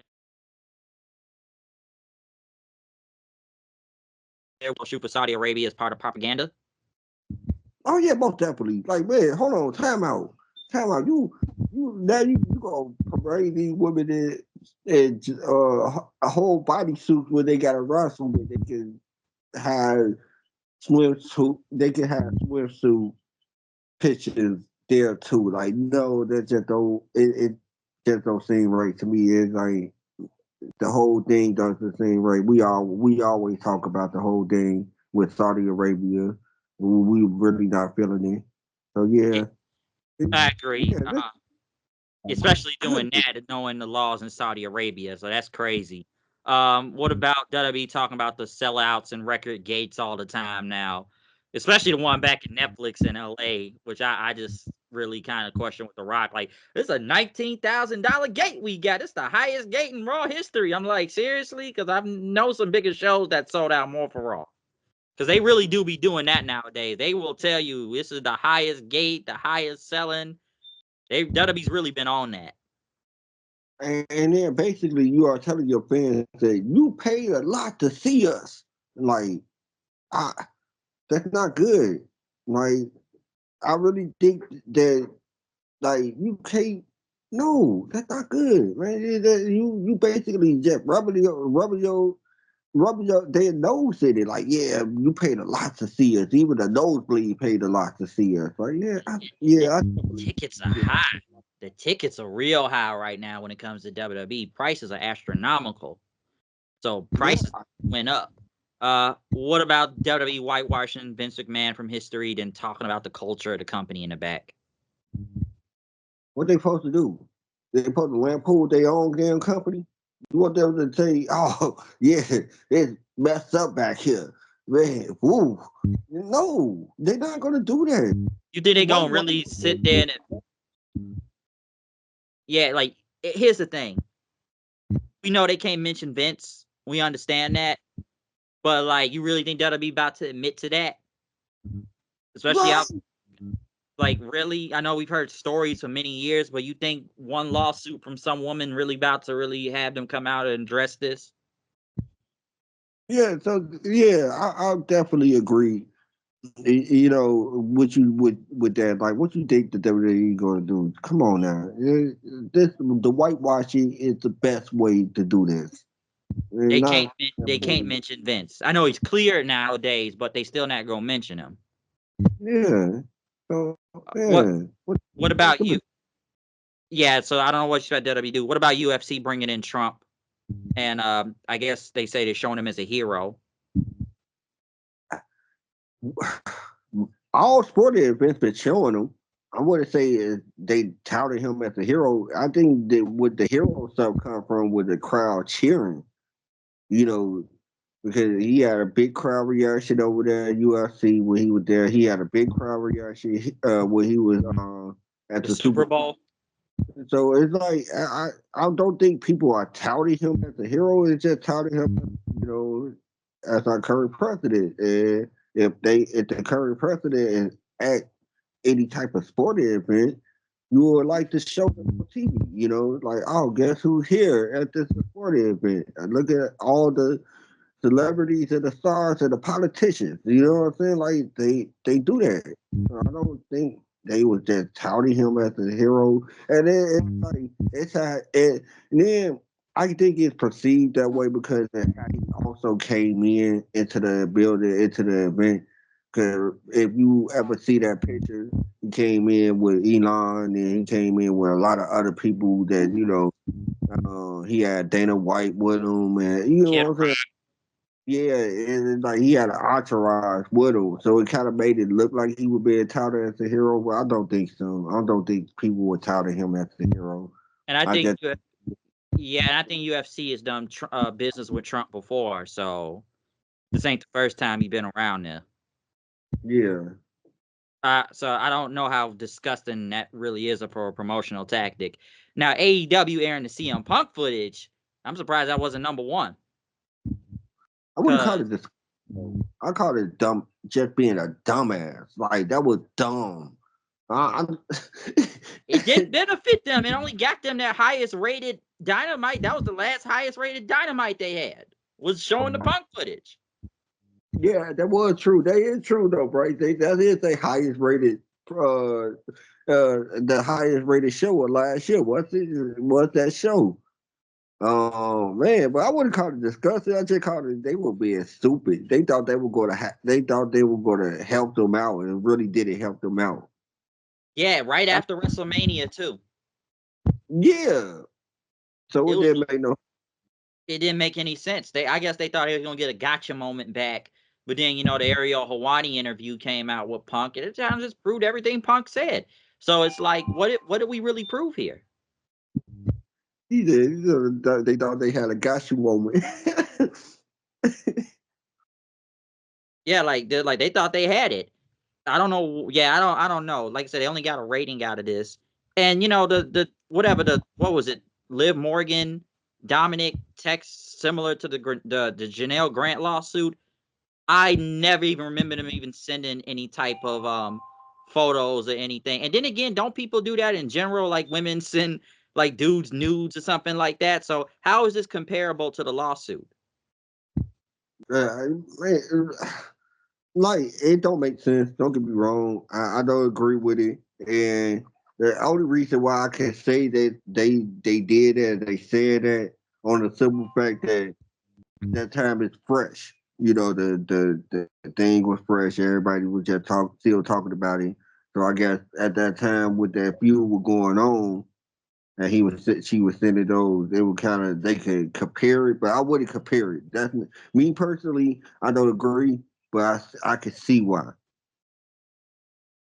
Yeah, I don't see how it's really compare. Yeah, because like, how can you really compare it? Because I didn't see it, and I don't really remember it even really happening that much. So I'm really kind of confused about why that's number two. And let's be honest about number one. The damn partnership with Saudi Arabia is not going away anytime soon. Yeah, so they can cut it out. I thought the same thing. I thought the same thing, which would One TW024163 1 NKL. you said it right on the money right there, Bryce. It's gonna happen for a while. We can if you just gonna keep on putting it on this list, you're gonna keep on putting it on this list for the next few years. So because that's number one all the time. So we can't really see nothing past that. But yeah, kind of we're almost done here. Worst television show: AAA on Unimas, 7 AEW Collision, 6 TNA Impact, 5 Dynamite, 4 Raw, 3 NWA Power, 2 NXT, 1 Rampage. Well, Rampage is dead now, so that show sucked anyways, badly. yeah, well, I don't disagree with that at all. Like we talk about work, the worst television show. It's dead. It's bad. AEW. Yeah, who I think why Rampage said no. Oh, okay, yeah, number one. Yeah, I definitely agree. But I don't agree with NXT being number two though. My goodness, NXT's improved. It's improved. it's improved. Like nah, Raw could be up and down sometimes, but I would never say one of the worst. They had more good shows than bad shows, so I would that. Impact, they haven't been having too many bad shows to me. It ain't like they've been having bad shows. I think they are. I don't think they should be on this list. Yeah, I don't know about that. I'm surprised SmackDown isn't up here. But Collision, I can understand, is bad. Dynamite's bad. But then again, Dynamite was the best TV show too, so it's the best and the worst. Right. So But yeah. yeah, I can see that. Worst match of the year: 10 Cody Rhodes versus Solo Sikoa at SummerSlam. 9 Liv Morgan versus Rhea Ripley at Bad Blood. 8 the Women's Royal Rumble. 7 Bully Ray versus Raj Desi and I think that's Scott D'Amore's promotion. 6 El Desperado versus Show.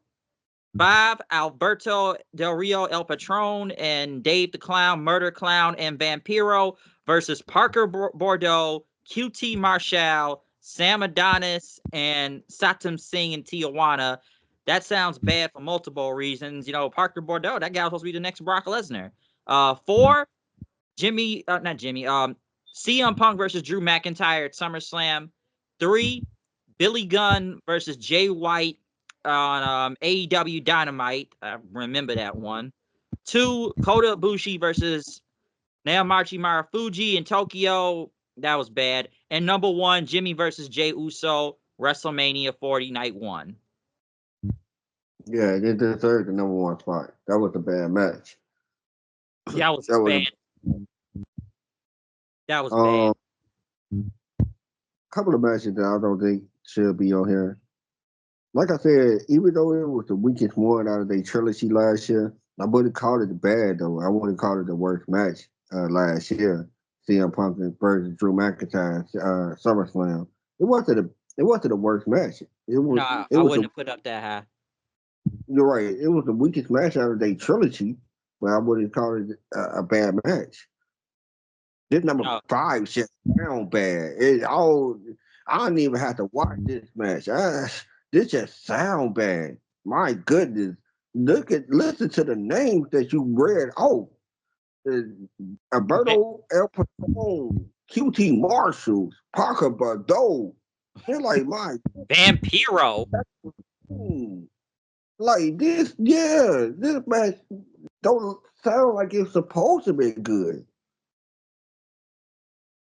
That sounds bad for multiple reasons. Like I said, I ain't even have to watch it, but that just sounds bad reading off the names itself. So, like, no, that just sounds bad, and I'm glad I never even watched it. And like I just said about Jimmy and Jay, you can't really try to tell me to defend that. I'm sorry. I still think that was the worst match out of WrestleMania. I'm still gonna sit there and say that. Don't once again, it was cold, Bryce. No, it was a super kick fest.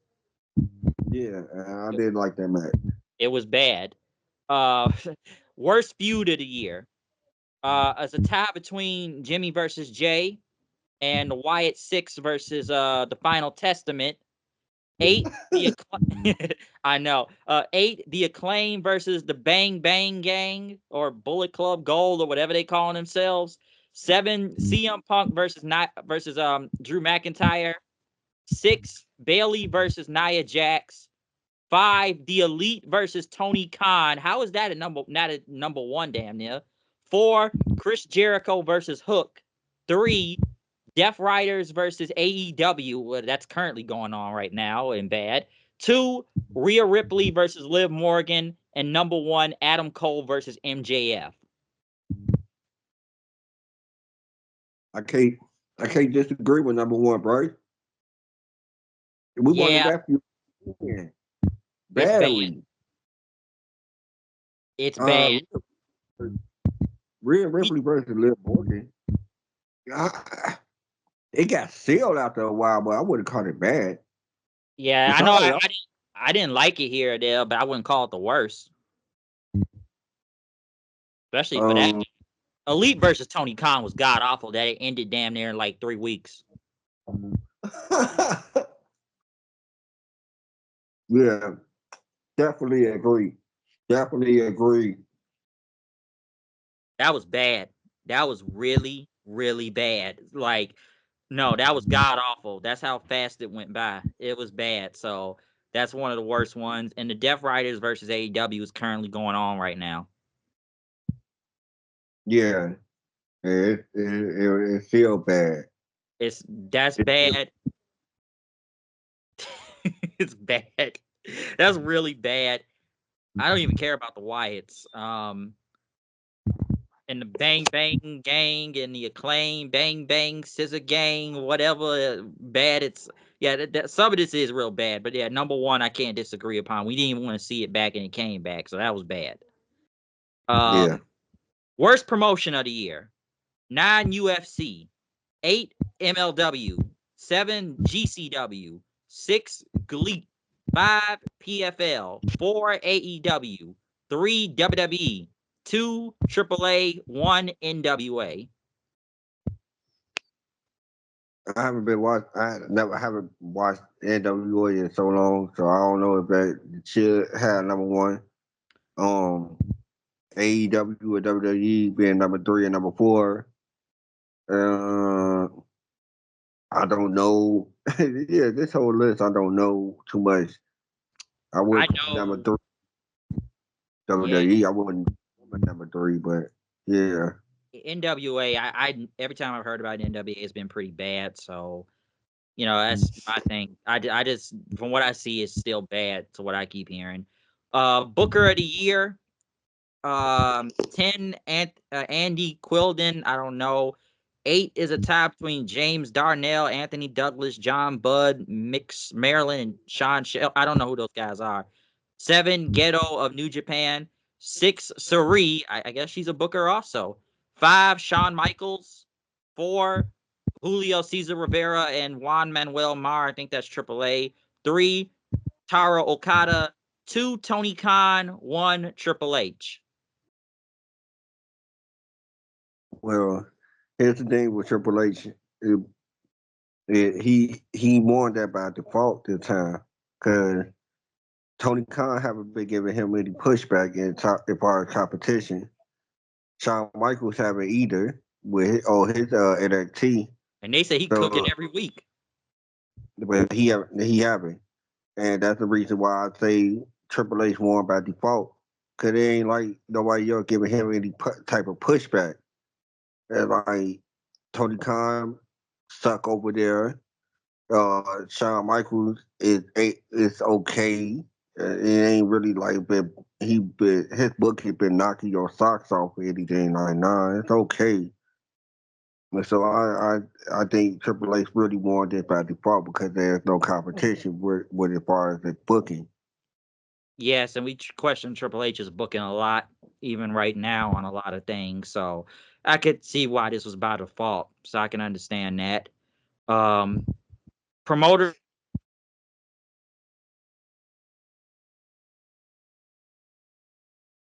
The third, 3 Dana White, 2 Tony Khan, 1 Nick Khan.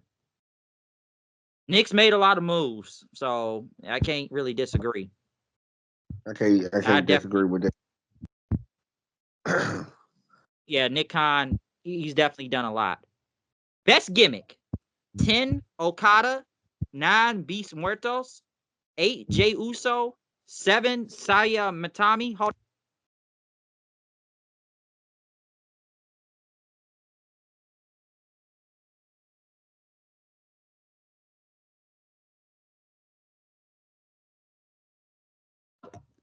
I'm sorry. Hold on. My bad. I dropped something. Give me 1 second. What was I saying? Yeah. Saya Katami, number 7. 6 Harley Cameron. 5 Drew McIntyre. 4 The Rock. 3 Outrunners. 2 Hangman Page. 1 Tony Storm. Honorable mentions go to Roman Reigns, Dominic Mysterio, Joe Hendry, Hurt Syndicate, Swerve Strickland, Mariah May, Willow, and Danhausen. Best gimmick: Tony Storm, I can understand. Yeah, most definitely. Yeah, that gimmick was good, Yeah. Hold that thing. I gotta get the door. So take the mic for a second. Yeah, I definitely agree with Tony Storm being number one. That timeless Tony Storm was one of the best gimmicks at 2024. Adam Page, I really don't know. Like again, like it was so on and off with him. I didn't understand his character too much. If anybody else understands his character, that's good for y'all. I didn't, I don't want to knock that, but at the same time, I didn't understand it. Outrunners, what they supposed to be like a throwback '80s group. Um, they more funny. I wouldn't say they the best gimmick. They love comedy group. They are rock one of the best gimmicks last year. Their final boss Yup. was off the chain. I definitely agree Final. with that. And the final boss was one of the best gimmicks last year. The Drew I agree. McIntyre change that was good because now it really turned into a like like I don't know how to explain it, but he did he did do a thing. Um, take Harley Cameron out of these lists. What is wrong with them? Man, can we put in who they had as the honorable mention? What they had, Joe Hendry? Put him in number 6. It shouldn't even be an honorable mention. Yeah, He but best shouldn't be. gimmick. Yeah, because like I would have put Joe Hendry on this list. Even Dominic, Roman, like, and Harley Cameron's pretty high, especially over Jey Uso. Like Jey Uso, everybody was like, "Come on, the Yeet thing." Like, come on. I'm surprised The Rock Yeah, is number 2. I'm kind of is surprised because here's the thing, like I'm very surprised. And I'm looking at it, it's like why? Like I understand that Outrunner's been a entertaining group last year. Don't get me wrong, they have been. I heard a lot about them on the internet, on social media, and I really did. I really respect them and trying to get themselves, over. But they don't deserve to be number 2 though, and I'm sorry. And they just don't deserve to be number 2. The Rock should be there. Real talk, because that final boss gimmick was a good thing for WrestleMania last year. You know, and Yep. number 10, are you fucking kidding me? He shouldn't be on. Like that's all. That's it. And that's what that's not even over anymore. It was over the first few times he said it, but other than that, nobody else reacts to it no more. Nobody does. So Okada, like, nah, Beach. yeah, I I agree with certain people, but I disagree with certain people. I do. Yeah, but I don't know how that was one of the best gimmicks. And speaking of worst gimmicks, number 10 is Let's a go. tie. The number 10 is a tie between Ava and the Maximum Male Model Collection. Ava and Rock daughter. Yep, Rock's kid, the Pebble. All right. Number 9, Rookie Tony Storm. 7 is a tie between the Undisputed Kingdom and the House of Torture. 6, the Young Bucks. 5, Timeless Tony Storm, even though she just had best gimmick. 4, Wendy Chu. 3, Death Riders. 2, Wyatt Six. Number 1, The Learning Tree. Honorable mentions go to Iron Savages, Tatum Paxley, MJF, Mercedes Moné. I'm surprised it's not on the list, and Orange Cassidy. Which he should be on the list though. Mercedes Monet, definitely. Let me go. Let me look at this list again right here. The Learning Tree. The Learning Tree, definitely. Yes, yes. Hi, The guys. number one. Hi guys. Hi, Kyle. Every day he been doing right. The high guys, the everything like the New York minute super shit. Like it's like all of this. Yes, he deserves this worst gimmick award. He deserves it. The Hi, Wyatt Shaggy. the, the Wyatt Six, yes, definitely. I knew I'm that was sorry, it haven't been good. It's just haven't. Death Rider, man, look. I don't know, I don't know what's They worse, suck. the Learning Tree or Death Rider. Which one? My goodness, they should be tied up for number one for real. Timeless, number four. I mean number five. And then say she was one of the best. And nah, man, I don't agree with that. Young Bucks, yes, yes. He giving all that shit. That was bad. That was bad. Undisputed Kingdom. I haven't Oh, they seen suck. too much of them. They suck, but you get what I'm saying. Like they only suck because I think you really haven't really put them in the right type of feuds yet. You know what I'm saying? Yeah.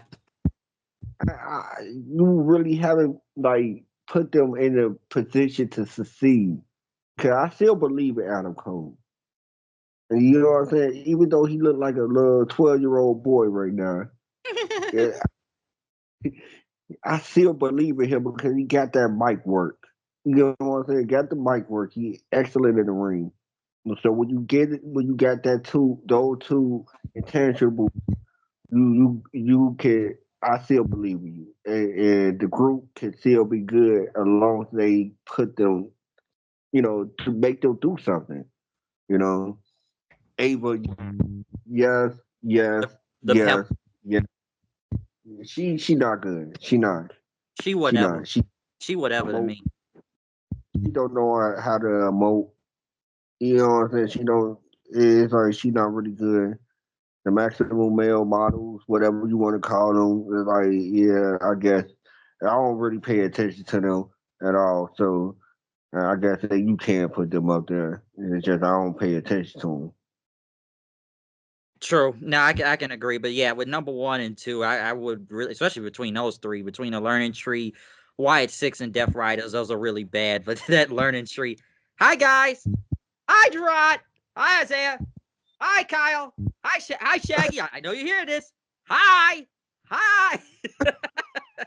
It's bad though. No, it's really bad. Best pro wrestling book. We're almost really done here at this point. Wrestling Observer Collection 1989 by Dave Meltzer. 7, Jim London's Golden Greek of Professional Wrestling. 6, another Wrestling Observer Collection. 5, Business About to Pick Up JR. 4, Pioneer Era Wrestling Omnibus. 3, Ballyhoo. 2, The Six Pack Open Road Search of WrestleMania. 1, The Man, Not Your Average Girl by Becky Lynch. It's not a lot to say from that. And the best pro wrestling documentary is the last one here.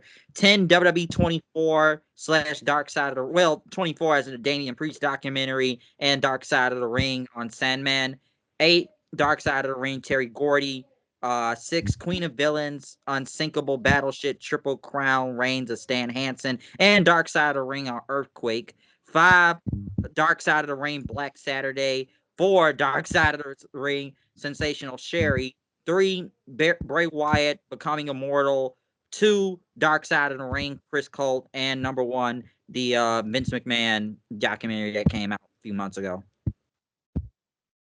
I'm with number one. Okay, all you did was just telling us everything we already knew and just fluff it up a little bit.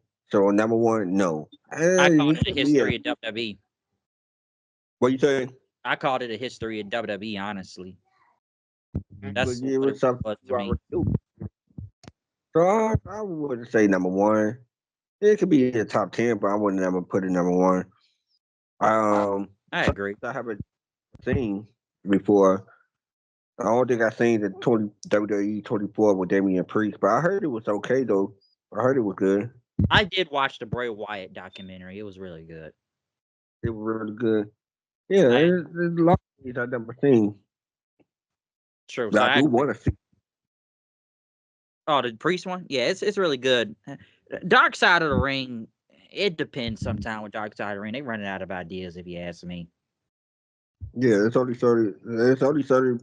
It's only so much dark sides that you can get to. Like shit. I mean, we already got through the big stuff. Now they doing the little stuff now. And like people that really don't know you don't know about. Yeah, they running out of ideas. So I don't even know what they even going. Even stuff, I'm like, how's this really Dark Side? Like, we got to do one on Muhammad Hassan and, Hell in a Cell, I think, with Mick and Taker. So it's some maybe, but they run out of ideas. So I'll take from there. But other than that, listen, we've done this for a while. I'm sure it's over. This list is done. Listen, we don't take this seriously. I just wanted to do this because I just wanted to talk about the ridiculousness of some of these categories and votes and, who voted for what. Some you could probably agree on, some you can really agree on. But no, like we wanted to come do this because this was fun. And just looking up the absurdity of people vote for this stuff. And I know sometimes people are going to wonder why they even take this stuff seriously every year. I don't know.